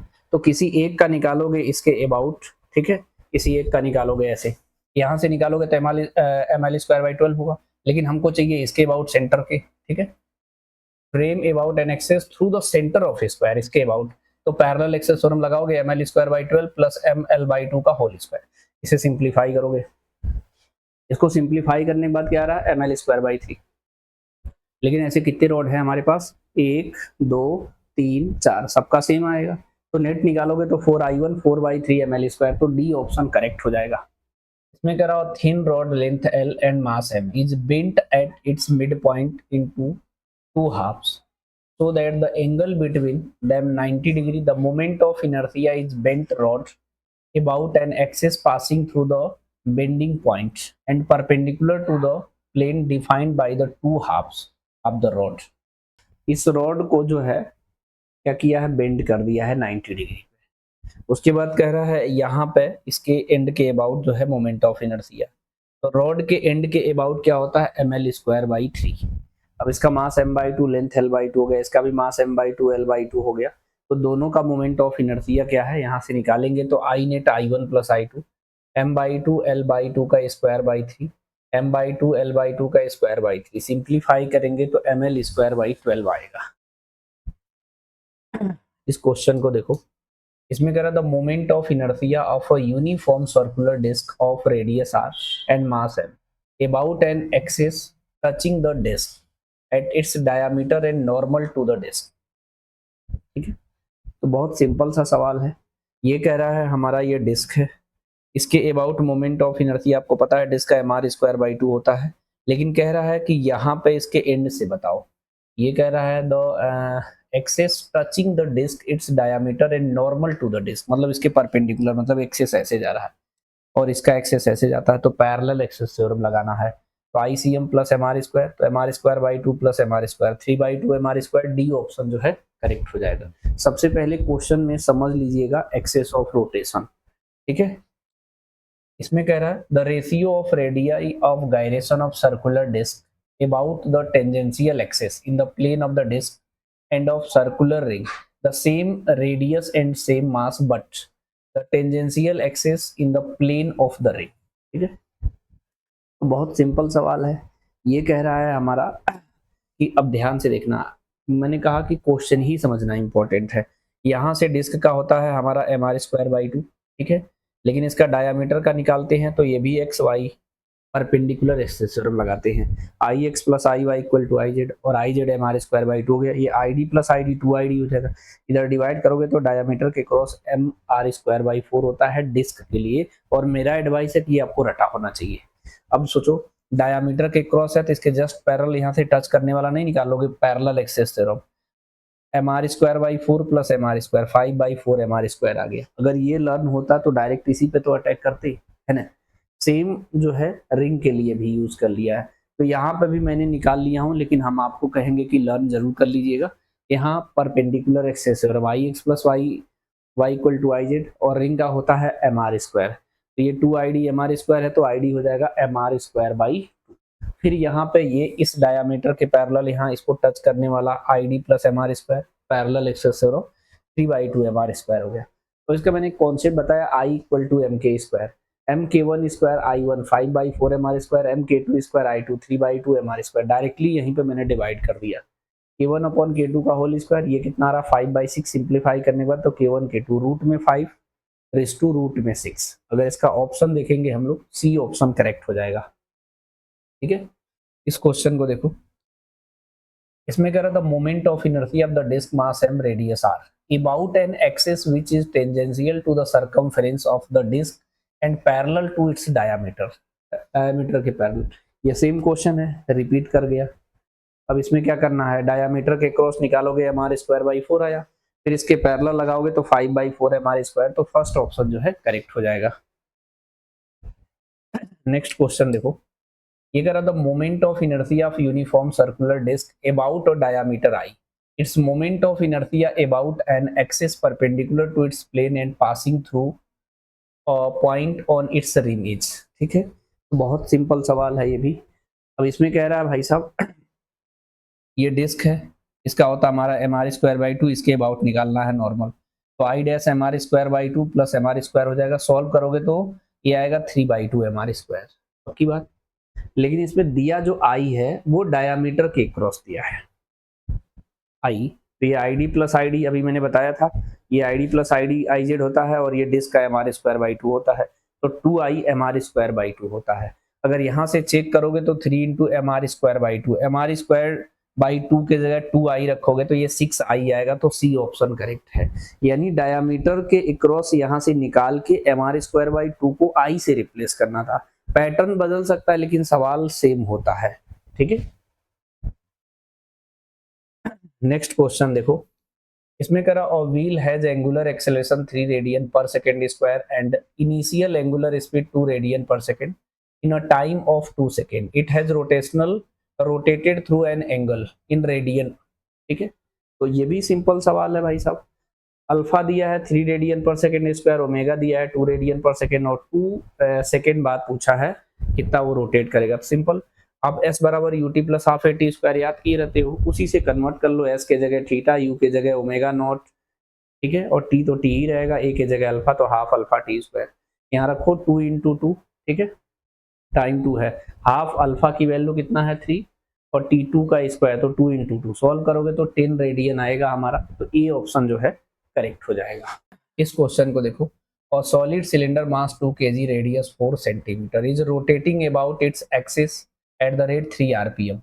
The torque required to stop it after 2 revolution, 2 pi revolution. ठीक है, तो बहुत सिंपल सा सवाल है। इसमें कह रहा है हमारा कि आपके पास ये सिलेंडर दिया, मास दिया, रेडियस दिया, इनिशियल में एंगुलर स्पीड दिया है, इसको रेडियन पर सेकेंड में हम लोग कर लेंगे। ठीक है, और ये कह रहा है हमारा ये स्टॉप हो जा रहा है 2 पाई रिवॉल्यूशन के बाद, टॉर्क पूछ रहा है। तो मैंने कहा ना आपको, सिंपल वर्क एनर्जी थ्योरम क्या होता है, into S, half M B square minus half M V square, ये फाइनल होता है, इनिशियल होता है। तो यहाँ फोर्स के जगह टॉर्क, एस के जगह एंगुलर डिस्प्लेसमेंट, और हाफ आई ओमेगा स्क्वायर हो जाएगा। मतलब यहाँ पे भी वर्क एनर्जी थ्योरम लगाएंगे सिंपल। स्टॉप करेगा इसका मतलब जो है हमारा फाइनल वेलोसिटी जीरो होगा हमारा, यानी W इक्वल टू डेल्टा के tau theta 0 minus half I omega initial का स्क्वायर, तो हमें मैग्नीट्यूड से मतलब है, tau theta half I omega initial square tau. Theta कितना बोला है 2 पाई रिवॉल्यूशन, और एक रिवॉल्यूशन में होता है 2 पाई रेडियन। ये कितना हो जाएगा 4 पाई स्क्वायर थीटा की वैल्यू हो गया। ये हो गया हाफ आई। आई की वैल्यू सिलेंडर का क्या होता है एम आर स्क्वायर बाई 2, मैंने यहाँ रख दिया। इनिशियल में एंगुलर स्पीड कितना होगा पाई अपॉन 10, यहाँ रख दिया। अब इसके बाद नॉर्मल कैलकुलेशन है, सब कुछ कट पिट जा रहा है, आ रहा सिंपली 2 इंटू 10 की पावर माइनस 6, यानी बी ऑप्शन जो है करेक्ट है। नेक्स्ट क्वेश्चन देखो, इसमें कह रहा 3 objects A solid sphere, B thin circular disc, C circular ring, each have the same mass M radius R, they all spin with the same angular speed omega about their own symmetry axis. The amount of work W required to bring them to rest would be satisfy the relation. ठीक है, बहुत ही simple सवाल है हमारा। ठीक है, W equal to delta के है, के फाइनल 0 हो गया तो W इक्वल टू माइनस के, तो W की वैल्यू जो हो जाएगा मैग्नीट्यूड से मतलब हाफ आई ओमेगा स्क्वायर कर लो। तो देखो ओमेगा तो कह रहा है कि हमारा इसमें सेम है, ठीक है, ध्यान देना। इसमें कह रहा था हमारा they spin same angular speed, omega same है, तो भाई वर्क डन आई पे डिपेंड करेगा, मोमेंट ऑफ इनर्शिया जिसका ज्यादा उसका वर्क ज्यादा। चलो फिर चेक करते हैं। तो solid sphere 2/5 M are square, circular thin disc का एम आर स्क्वायर, रिंग का एम आर स्क्वायर। ये चेक करोगे तो सबसे ज्यादा आईसी होगा, उसके बाद आईबी, उसके बाद आईए, तो W C greater than W B greater than, उसके बाद ए आएगा। सिंपली जो है ए ऑप्शन हमारा करेक्ट हो जाएगा। पैटर्न को समझो पहले, ठीक है। नेक्स्ट क्वेश्चन देखो, इसमें कह रहा और rope is wound around the hollow cylinder of mass 3 kg, radius 40 centimetre, what is the angular acceleration of the cylinder if the rope is pulled with a force of 30 Newton. ठीक है, simple बात। इसमें कह रहा है इस तरह से हमारा कोई हॉलो सिलेंडर है, मैं इसका फ्रंट भी बना दिया, इस पर फोर्स ऐसे लगाएंगे, ये होगा ऐसे, जैसे खींचोगे इस पर रोप लपेटा गया है, जैसे इस पर फोर्स लगा खींचोगे तो ये आगे जाएगा, तो ये हमारा क्या हो जाएगा रोलिंग करने लगेगा, मतलब ये रोटेट करके जाने लगेगा, तो इस पर टॉर्क जो लगेगा उसी की वजह से तो रोटेट होगा, तो एफ इंटू आर हो जाएगा आई इंटू अल्फा, और ये जो है हमारा आई इसका एम आर स्क्वायर होगा, तो अल्फा की value F upon M R. अब इसमें से देखोगे तो फोर्स जो है 30 न्यूटन है, और मास की 3 kg दिया है, रेडियस भी दिया 40 सेंटीमीटर में, तो 10 की पावर माइनस 2। सिंप्लीफाई करोगे तो बी ऑप्शन जो है करेक्ट आएगा। ठीक है, नेक्स्ट सवाल को अगर हम देखते हैं, a uniform circular disc radius 50 centimeter at rest in free to turn about an axis which is perpendicular to its plane and passes through its center, it is subjected to the torque which produce a constant angular acceleration 2 radian per second square. It is net acceleration meter per second square at the end of 2 second approximately. ठीक है, अब देखो are की value दिया, alpha दिया, ए net निकालना है, लेकिन टी इक्वल टू 2 सेकेंड, तो हमें करना क्या पड़ेगा, ए टी होता है हमारा, ए नेट होता है A T square, A R square का रूट होगा, ए टी तो आर इंटू अल्फा से निकल जाएगा, क्योंकि आर भी दिया है अल्फा दिया, सिंप्लीफाई हो गया 1 मीटर पर सेकेंड आ जाएगा हमारा 1 मीटर पर सेकेंड स्क्वायर। ए आर निकालोगे तो आर ओमेगा स्क्वायर, तो ओमेगा लेकिन टी इक्वल टू 2 सेकेंड पे निकालना पड़ेगा, omega equal to omega naught plus alpha T, initial तो 0 है, तो 2 इंटू 2 4 हो गया। ए की value R into omega square R 15 to 10 की पावर माइनस 2, सिंप्लीफाई करोगे तो 8 आएगा, तो रूट में 1 का स्क्वायर 8 का स्क्वायर, ये आएगा 64 और 165, तो अप्रोक्सीमेटली आएगा, तो 80, उसे क्या ही फर्क पड़ेगा, तो सी ऑप्शन करेक्ट हो जाएगा। Point mass m1 and m2 are place at the opposite ends of a rigid rod of length L and negligible mass, the rod is to be set rotating about an axis perpendicular to it. The position of point P on this rod through which the axis should pass so that the work required to set the rod rotating with angular velocity omega naught is minimum is given by। ठीक है, इसको जब solve करेंगे तो एक तो तरीका ये है कि work half I omega naught square से आप सॉल्व करो, आई की वैल्यू रखो, जैसे मान लो एक जनरल जैसे एक्स है एल माइनस एक्स, ये कितना हो जाएगा हमारा M X square M L minus X का whole square omega naught square. Minimum condition के लिए आपको पता mathematics D W by D X equal to 0 करेंगे, फिर यहाँ से एक्स की वैल्यू निकल के आएगा, लेकिन आपको पता होना चाहिए कि जब ये इस तरीके का रोटेट करेगा तो एंगुलर वेलोसिटी मिनिमम कब होता है, जब एक्सेस ऑफ रोटेशन जो है सेंटर ऑफ मास से पास हो। अगर ये आपको पता होगा कि ये सेंटर ऑफ मास से पास होगा तो ये एक्स डिस्टेंस निकालना है तो सेंटर ऑफ मास कैसे निकालते हैं, अपोजिट मास ऊपर टोटल मास नीचे और distance between the m2 upon m1 plus m2 into L, तो डायरेक्टली जो है हमारा बी ऑप्शन करेक्ट हो जाएगा। अदरवाइज इस डिफ्रेंसिएशन में पूरा समय चला जाएगा और हो सकता आंसर भी ना मैच करे, इसलिए कॉन्सेप्ट सीखते रहिए, ठीक है। नेक्स्ट क्वेश्चन देखो, ये कह रहा है an automobile move an road with speed 54 kilometre per hour, the radius of its wheel 0.45 meter and the moment of inertia of the wheel about its axis of rotation is 3 kg meter square. If the vehicle is brought to rest in 15 seconds, the magnitude of average torque transmitted by its brake to wheel is, ठीक है। बहुत simple सा सवाल है, V naught 54 kilometre hour है, R की value 0.45, I 3 KG metre square, time दिया tau, torque पूछा है, सिंपल है, tau equal to I into alpha होता है, ठीक है। और इसको कह रहा है हमारा कि if the vehicle brought to come to rest in कितना 15 सेकेंड, तो ऐसे कर सकते हो, अल्फा की value omega equal to omega naught plus alpha T, finally zero कर दो तो अल्फा की value omega naught by T आएगा, रख सकते हो। आपको पता है वी नॉट की वैल्यू आर ओमेगा नॉट होगा, तो ओमेगा नॉट को भी रिप्लेस कर दो वी नॉट अपॉन आर से, क्लियर है। तो यहाँ देखो आई अपॉन टी और ये हो जाएगा V naught upon R, simply value रखो, देखो किलोमीटर पर आवर है उसको मीटर पर सेकंड में करने के लिए 5/18 से मल्टीप्लाई कर दो, हो जाएगा। रेडियस मीटर में दिया है, आई टी सेकंड में, सिंपली रखोगे तो 6.66, तो सी ऑप्शन जो है आसानी से आ जाएगा आपका। नेक्स्ट क्वेश्चन देखो, ये कह रहा था solid cylinder mass 50 kg radius 0.5 metre is free to rotate about the horizontal axis, a massless string would bound the cylinder with one end attached to it. The other is hanging freely. The tension in the string required to produce the angular acceleration 2 revolution per second square.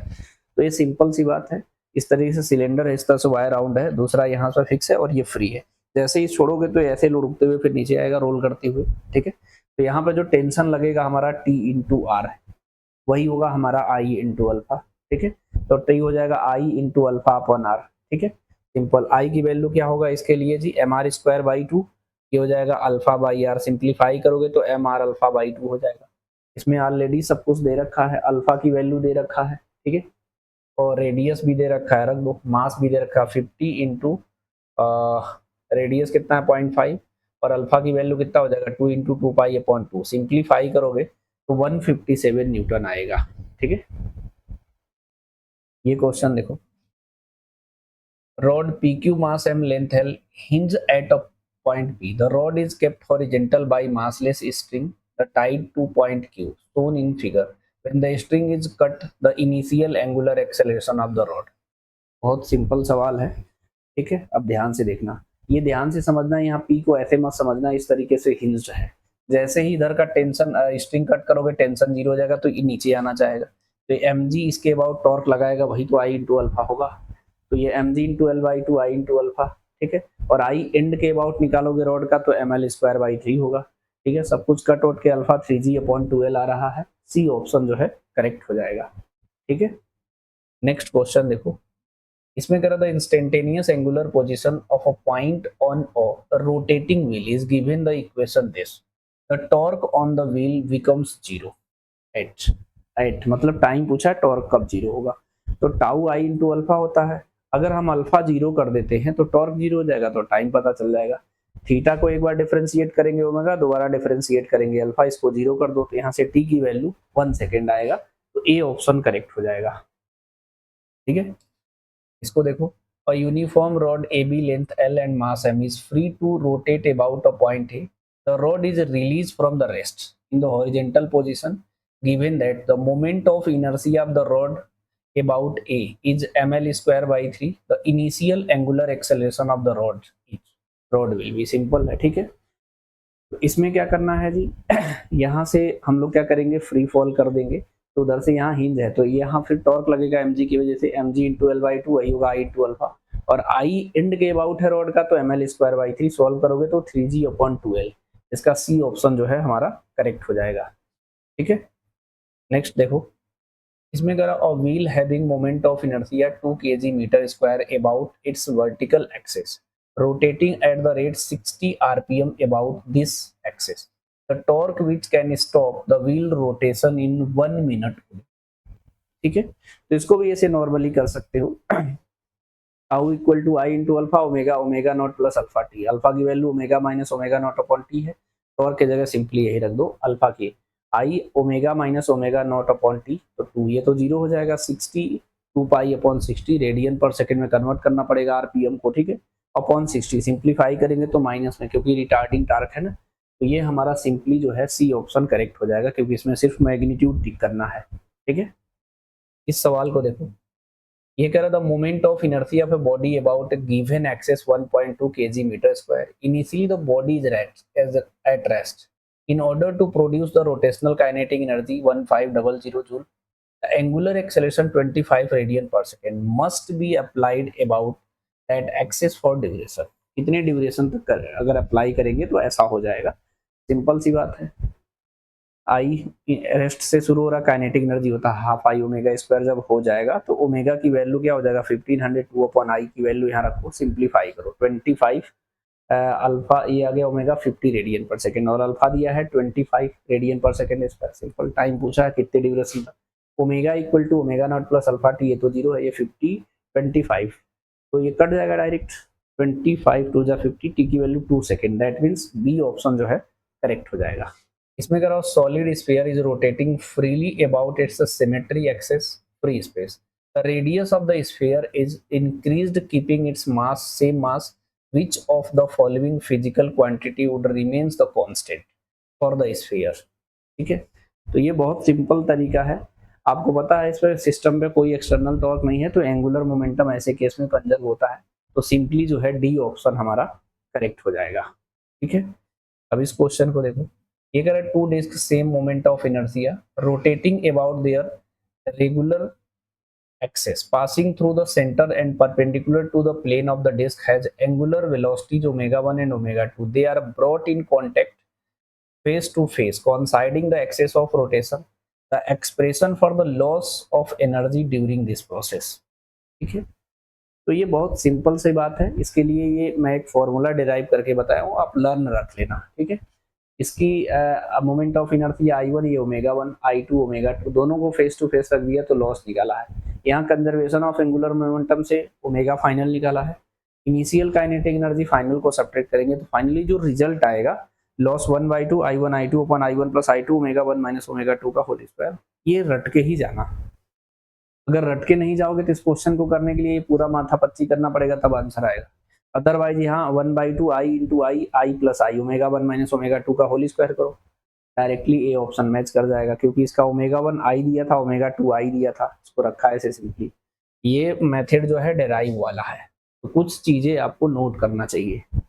देखो इस question में देखो, ये कह रहा है two rotating bodies A and B of mass m and 2m with moment of inertia IA and IB greater than IA have equal kinetic energy of rotation if LA and LB be their angular momentum respectively, then, ठीक है, simple सवाल है, इसमें आपको पता है L की value I into omega होता है, ठीक है, तो kinetic energy half I omega square होता है, तो अब देखो यहाँ पे अगर हम लोग सिंप्लीफाई करेंगे तो मैंने क्या किया, आई ऊपर नीचे एक बार मल्टीप्लाई कर दिए, तो इससे क्या होगा हमारा आई स्क्वायर हो जाएगा, तो आई ओमेगा का होल स्क्वायर एक साथ लिख सकते हैं, तो इसे हम लिख सकते हैं एल, तो kinetic energy L square upon 2i हो जाएगा, आपको पता है एल स्क्वायर की value 2i into kinetic energy हो जाएगा, यानी angular momentum directly proportional root में आई, और ये तो हमारा काइनेटिक एनर्जी हमारा सेम है, ठीक है, इक्वल काइनेटिक एनर्जी, तो उसे कांस्टेंट मान लिया,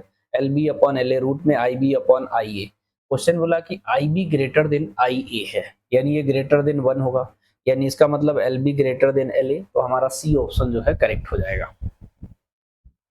नेक्स्ट क्वेश्चन देखो, इसमें कह रहा है two disc are rotating about their axis normal to the disc and passing through the centre of the disc D1 2 kg mass and 0.2 meter radius and the initial angular velocity of 50 radian per second, disk D2 has 4 kg and 0.1 meter radius and initial angular velocity of 200 radian per second, the two disks are brought in contact face to face with their axis the rotation coincident the final angular velocity in radian per second of the system is, ठीक है, तो इससे क्या है हमारा अब ये concept है, आपको करना क्या है, यहाँ पे ये डिस्क है, ये भी डिस्क है, ये 50 है, ये हमारा 200 है, ठीक है। M1 R1 दिया है, M2 R2 दिया है, दोनों फेस टू फेस रख दिया गया है, ठीक है। अब इसमें फाइनली क्या है हमारा I1 निकालोगे, M1 R1 square by 2, disc है हमारे स्क्वायर बाई 2 होता है, दूसरे का M2 R2 स्क्वायर बाई 2। अगर इस पर कोई एक्सटर्नल टॉर्क नहीं है तो कंजर्वेशन ऑफ एंगुलर मोमेंटम लगाना है। तो I1 omega 1 equal to I2 omega 2, I1 plus I2 into omega. Simply यहाँ वैल्यू रखोगे तो ओमेगा की वैल्यू 100 आएगा, तो बी ऑप्शन जो है करेक्ट हो जाएगा, ठीक है।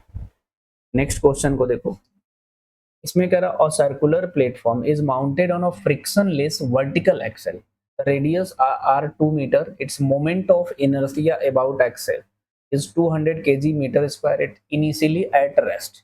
If 50 kg of man stand on the edge of platform and begins to walk along the edge at the speed of 1 meter per second relative to the ground, the time taken by the man to complete one revolution, कितना time लगेगा।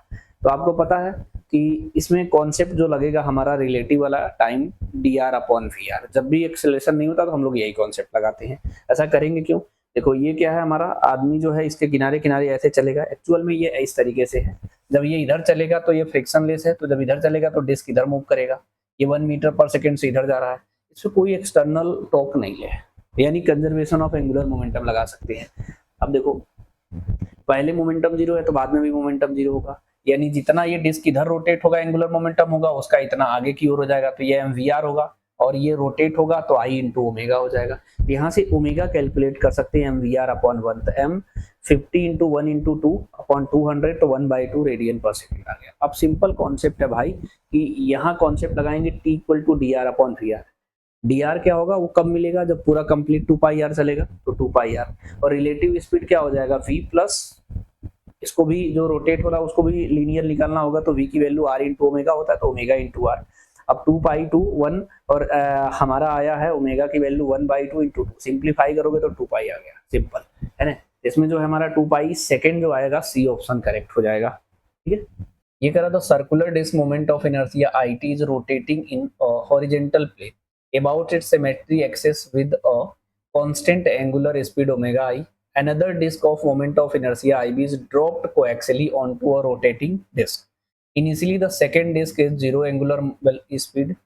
Eventually, both the disk rotate with the constant angular speed omega final. The energy lost by the initial rotating disk to the friction is, ठीक। अब देखो इसको लगाने का तरीका क्या है, आप ये इतना पूरा बड़ा सा मेथड यूज कर सकते हो, लेकिन मैंने कहा था कि ये जो है हमारा ऐसे सवाल करने के लिए ये याद रखे रहो, लॉस 1/2 I1 I2 अपन I1 plus I2 omega 1 minus omega 2 का होल स्क्वायर, सिंपल। तो जब यहाँ पे चलेंगे, ये IT है, ये IB है, ये रेस्ट पे है, ये रेस्ट पे था, ये ओमेगा 1 है, सिंपल। तो 1/2 I1 I2 IT into IB upon IT plus IB omega 1 minus omega 2 का होल स्क्वायर। लेकिन ये तो भाई साहब रेस्ट पे है, तो ओमेगा इनिशियल का square, directly D option tick कर सकते हो, इतना माथापच्ची नहीं करना पड़ेगा, कुछ चीजें नोट करते रहना, ठीक है। नेक्स्ट क्वेश्चन देखो, इसमें करो thin circular ring mass m radius small r is rotating about its axis with constant angular velocity omega, two objects each mass m attached to gently the opposites end of the diameter of ring, the ring is now rotated with angular velocity is given by, ठीक है।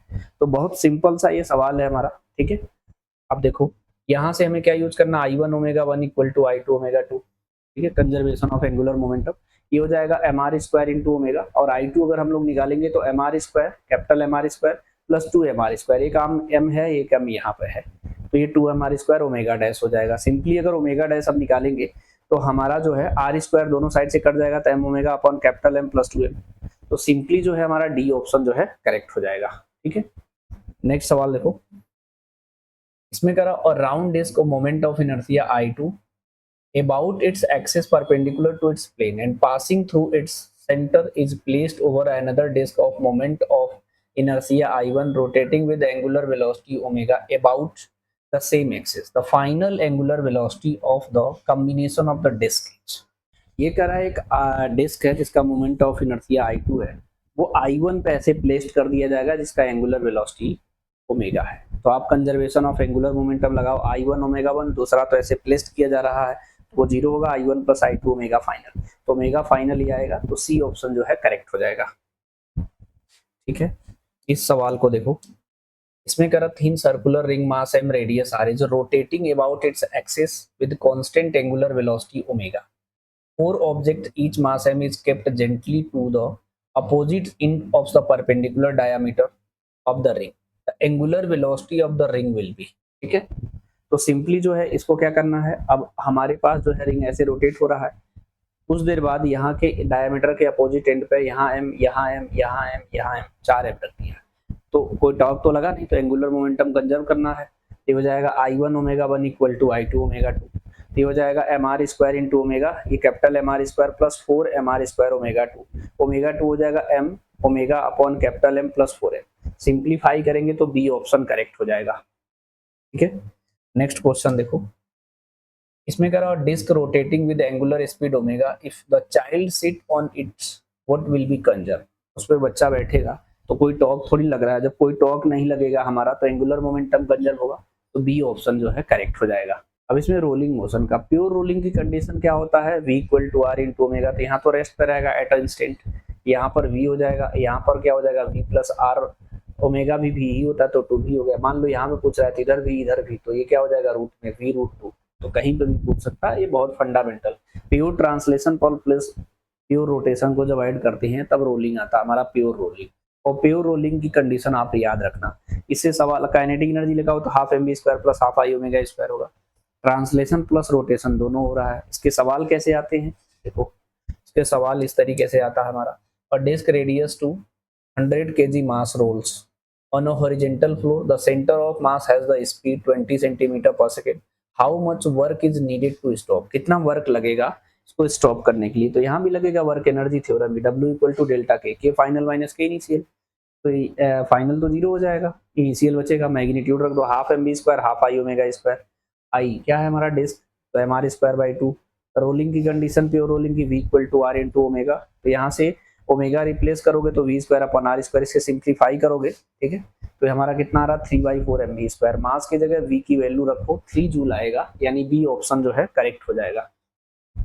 Next question देखो, इसमें कह रहा disc radius 2 metre mass 100 kg rolls on a horizontal floor, its center of mass has a speed 220 centimeter per second, how much work it needed to stop. okay? इसमें कह रहा है कितना हमें वर्क नीड होगा. अब देखो एक दूसरा तरीका है, एक तो ऐसे आप कर सकते हो कोई बात नहीं है, लेकिन मैं एक फॉर्मेट बनाया हूँ, क्या फॉर्मेट है वो ध्यान से देखना. Half M B square half I omega square, I के जगह हम लोग रेडियस ऑफ गायरेशन का कॉन्सेप्ट किया equal to M K square, तो हाफ एम बी स्क्वायर यहाँ से कॉमन हो जाएगा 1 plus k square upon r square. अब जैसे मान लो डिस्क है तो एम आर स्क्वायर तो एम के स्क्वायर होता है, तो के स्क्वायर अपॉन आर स्क्वायर 1/2 होगा, यानी moment of inertia m are square होता है, उसका जो कोफिशिएंट होता है वही हमेशा के स्क्वायर बाई आर स्क्वायर आता है, तो यहाँ जाएगा 1/2. अगर डायरेक्ट यहाँ पर अगर हम लोग रखेंगे 1/2, तो 1 प्लस 1/2 होगा 3/2, और ये 2 पहले से है तो 3/4 एम बी स्क्वायर डायरेक्ट नहीं आ गया, वैल्यू रखोगे, इसके बाद यही काम करना है. इसके बाद ये सिंप्लीफाई करोगे तो 3 जूल आ रहा है, तो यहाँ भी टिक कर लो भाई साहब, आ जाएगा 3 जूल.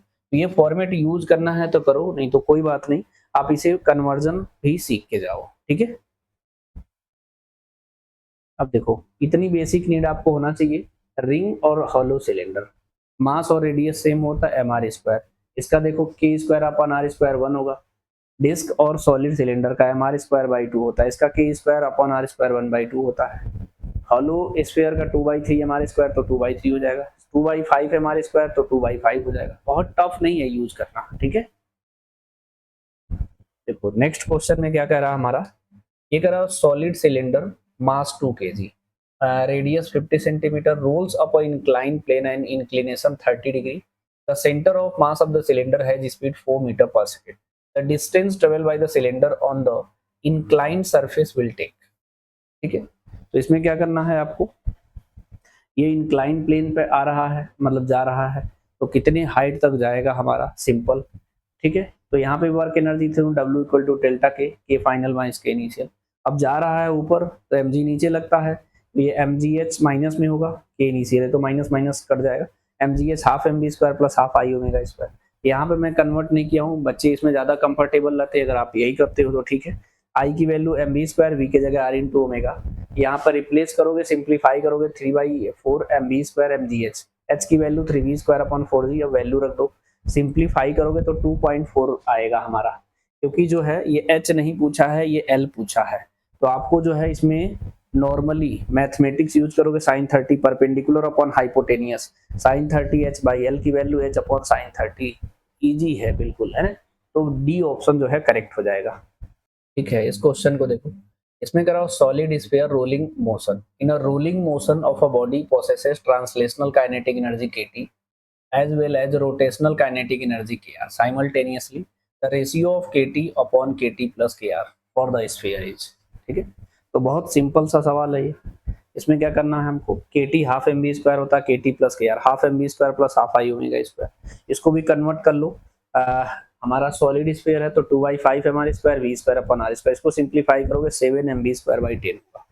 अब ये हाफ mb स्क्वायर है, इसका रेशियो निकालना है, डिवाइड करोगे तो 5/7 आएगा, तो बी ऑप्शन जो है करेक्ट हो जाएगा।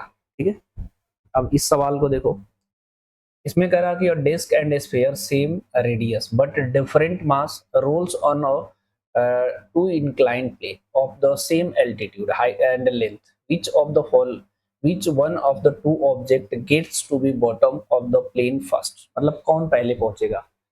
ठीक है, डिस्क और स्फीयर है, जिसको इसका कॉन्सेप्ट क्या होता है हमारा, स्फीयर पहुंचेगा पहले, कैसे उसे देखो ध्यान से। आपको एक्सेलरेशन का कॉन्सेप्ट क्या होता है, ए रोलिंग मोशन के लिए निकालते हैं हम लोग g sin theta 1 + k² upon r square. ठीक है, इसका एक्सेलरेशन जिसका ज्यादा होगा, मास पे तो डिपेंड कर नहीं रहा है, तो देखो मैंने यहाँ पे डिराइव किया हूँ, आपको पूरा प्रॉपर डिराइव की जरूरत नहीं है। अब देखो, रिंग और हॉलो सिलेंडर के लिए जो है निकालोगे तो k² अपॉन r स्क्वायर अभी पीछे सिखाए थे, g sin थीटा बाई 2, तो 0.5 g sin थीटा, ये याद कर लेना। डिस्क और सॉलिड सिलेंडर का होता है k² अपॉन r स्क्वायर 1/2, तो यहाँ रखोगे तो 1 + 1/2/3 g sin theta 0.67 g sin theta. Hollow sphere का निकालोगे तो 2/3 होगा, इसको सॉल्व करोगे तो 3/5 g sin थीटा रहा, वो 0.6 g sin थीटा आएगा। सॉलिड स्फीयर में 2/5 mr स्क्वायर होता है, तो k² अपॉन r स्क्वायर, इसका 2/5 हुआ, इसका है 0.7 g sin थीटा। अब देखो सबसे ज्यादा 0.7 है, उसके बाद 0.67, अच्छा 0.67 पहले आएगा, मतलब सॉलिड स्फीयर का सबसे ज्यादा है। यानी इसमें एक्सेलरेशन की बात करेंगे तो हमारा जो है स्फीयर, अच्छा जब कुछ लिखा ना रहे कि हॉलो है सॉलिड है, तो आप सॉलिड स्फीयर ही कंसीडर करना, तो सबसे ज्यादा एक्सेलरेशन किसका है, हमारा सॉलिड स्फीयर का है, तो सबसे पहले वही आएगा। ठीक है, तो ये फॉर्मेट जो है आप जरूर याद रखे रहे कि ये का formula g sin theta 1 + k² upon r square, तो सबका मोमेंट ऑफ इनर्सी याद रखो, और I = mk² होता है, बस ज्यादा टफ नहीं है, इसको इग्नोर करने की जरूरत नहीं है टॉपिक, है ना। अब देखो इस सवाल में क्या पूछा है, देखो the ratio of acceleration for a solid sphere mass and radius r rolls down an incline angle theta without slipping and slipping down incline without rolling. ठीक है, मतलब सीधा सा बात है कि अगर हमारा विदाउट स्लीपिंग है तो a1 इसे मान लो g sin theta 1 + k² upon r square है, अगर स्लीपिंग का होगा तो g sin थीटा होगा। इसीलिए मैंने सारे एक्सेलरेशन यहाँ पे मैंने बताया, देखो इस तरीके से, अगर जनरली ऐसे g से आता है ऐसे आएगा तो g sin थीटा होगा, अगर फ्रिक्शन है तो g sin theta minus mu g cos theta, pure rolling है तो ये होगा। आपको धीरे धीरे शॉर्ट नोट्स बनाते रहना चाहिए, तो इससे आपको क्या हो जाएगा, अब डायरेक्ट ये रेशियो पूछा है, अब ये 2g sin थीटा है, अब इसका देखो कौन सा इसमें है, सॉलिड स्फीयर, तो k² अपॉन r स्क्वायर 2/5 हो गया, तो सिंप्लीफाई करोगे तो ये आएगा 5/7 g sin थीटा, डिवाइड करोगे तो 5/7 आएगा। ठीक है, तो हमारा ए ऑप्शन जो है करेक्ट हो जाएगा। ठीक है, अब इस सवाल में देखो क्या पूछा है, एक small object uniform density rolls up a curved surface with initial velocity v, it reaches up to a maximum height of 3v² upon 4g with respect to an initial position the object is. ठीक है, इसमें concept क्या है भाई साहब, ये ऐसे जाएगा हमारा, तो आपको क्या करना है, ऊपर जा रहा है तो काइनेटिक एनर्जी ये किसमें कन्वर्ट हो जाएगा, पोटेंशियल भी।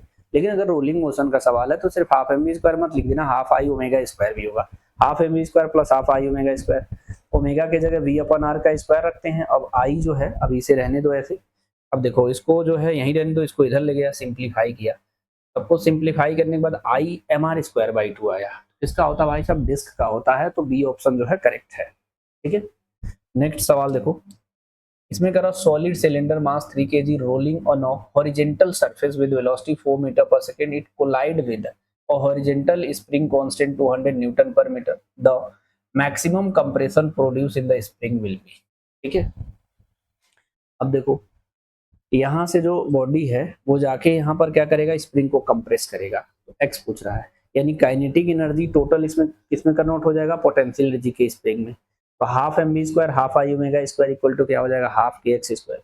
ये क्या है, सॉलिड सिलेंडर है, तो half M B square 1/2 m are square by two, यहाँ हो जाएगा v square upon r square. इसे सिंप्लीफाई करोगे तो m B square plus m B square by two equal to k x square. तो 3/2 m B square equal to k x है। अब यहाँ सिंपली सारी वैल्यू रखेंगे तो एक्स की वैल्यू जो निकल के आएगा 0.6 मीटर, तो बी ऑप्शन जो है करेक्ट हो जाएगा। ठीक है, नेक्स्ट सवाल को देखो, a solid cylinder and hollow cylinder both of the same mass and same external diameter are released from the same height at the same time on the inclined plane, both rolls down without slipping, मतलब rolling, which one of the reach the bottom first। देखिए फिर एक सवाल ऐसा पूछा, इसमें आपको basic तरीका है, देखो ये जी sine theta 1 plus k square upon r square होता है। सॉलिड सिलेंडर का निकालोगे तो ये आ जाएगा 0.6 जी साइन थीटा, हॉलो सिलेंडर का निकालोगे तो 0.5 जी साइन थीटा आएगा। ठीक है, तो A1 ग्रेटर देन A2, तो फर्स्ट कौन आएगा, सॉलिड सिलेंडर आ जाएगा हमारा, इसका एक्सेलरेशन ज्यादा है वो जल्दी पहुंच जाएगा। नेक्स्ट सवाल में देखो, a drum radius r mass m rolls down without slipping along an inclined plane angle theta, the frictional force। ठीक है, तो सिंपल सवाल है हमारा, जब ये नीचे आता भाई तो फ्रिक्शन नहीं होता तो रोल ही नहीं करता, टॉर्क ही नहीं लगता, स्लिप कर जाता। तो इसमें कौन है, convert translational energy to rotational energy. ठीक है, फ्रिक्शन का हमारा यही काम है, ये ट्रांसलेशनल काइनेटिक एनर्जी को किसमें करता है, रोटेशनल काइनेटिक एनर्जी में टॉर्क प्रोवाइड करता है। ठीक है, देखो नेक्स्ट सवाल, ये ऊपर भी अभी एक बार आया था, a balls rolls without slipping, the radius of gyration of the ball about an axis passing through its center of mass k. If the radius of the ball r, then the fraction of total energy associated with its rotational energy will be। ठीक है, तो ये बहुत simple सवाल है हमारा, K R upon K R plus K T, ये है half I omega square half I omega square plus half m square. दिया क्या है हमारा जी, बॉल। ठीक है, तो इसमें के ही टर्म में लिखा है तो कुछ बताया ना, तो आई की जगह एम के स्क्वायर रखना है, हाफ एम बी स्क्वायर, हाँ ओमेगा को रिप्लेस कर देना है, रोलिंग की कंडीशन लगाओगे तो यहाँ पर v square upon r square हो जाएगा, यहाँ वी स्क्वायर, सब कुछ कट पिट जा रहा है तो के स्क्वायर अपॉन के स्क्वायर प्लस आर स्क्वायर, तो सी ऑप्शन जो है मैच कर जाएगा। ठीक है, देखो इस सवाल में क्या बोला है, और solid cylinder of mass M radius r rolls without slipping on a inclined plane length l and height h, what is the speed it's the center of mass when the cylinder reaches to bottom। जब bottom पे पहुंचेगा तो उसका speed कितना होगा, है ना, simple सी बात है। यहाँ पोटेंशियल एनर्जी जब यहाँ आएगा तो किसमें कन्वर्ट हो जाएगा, kinetic energy, mgh half M B square half I omega square.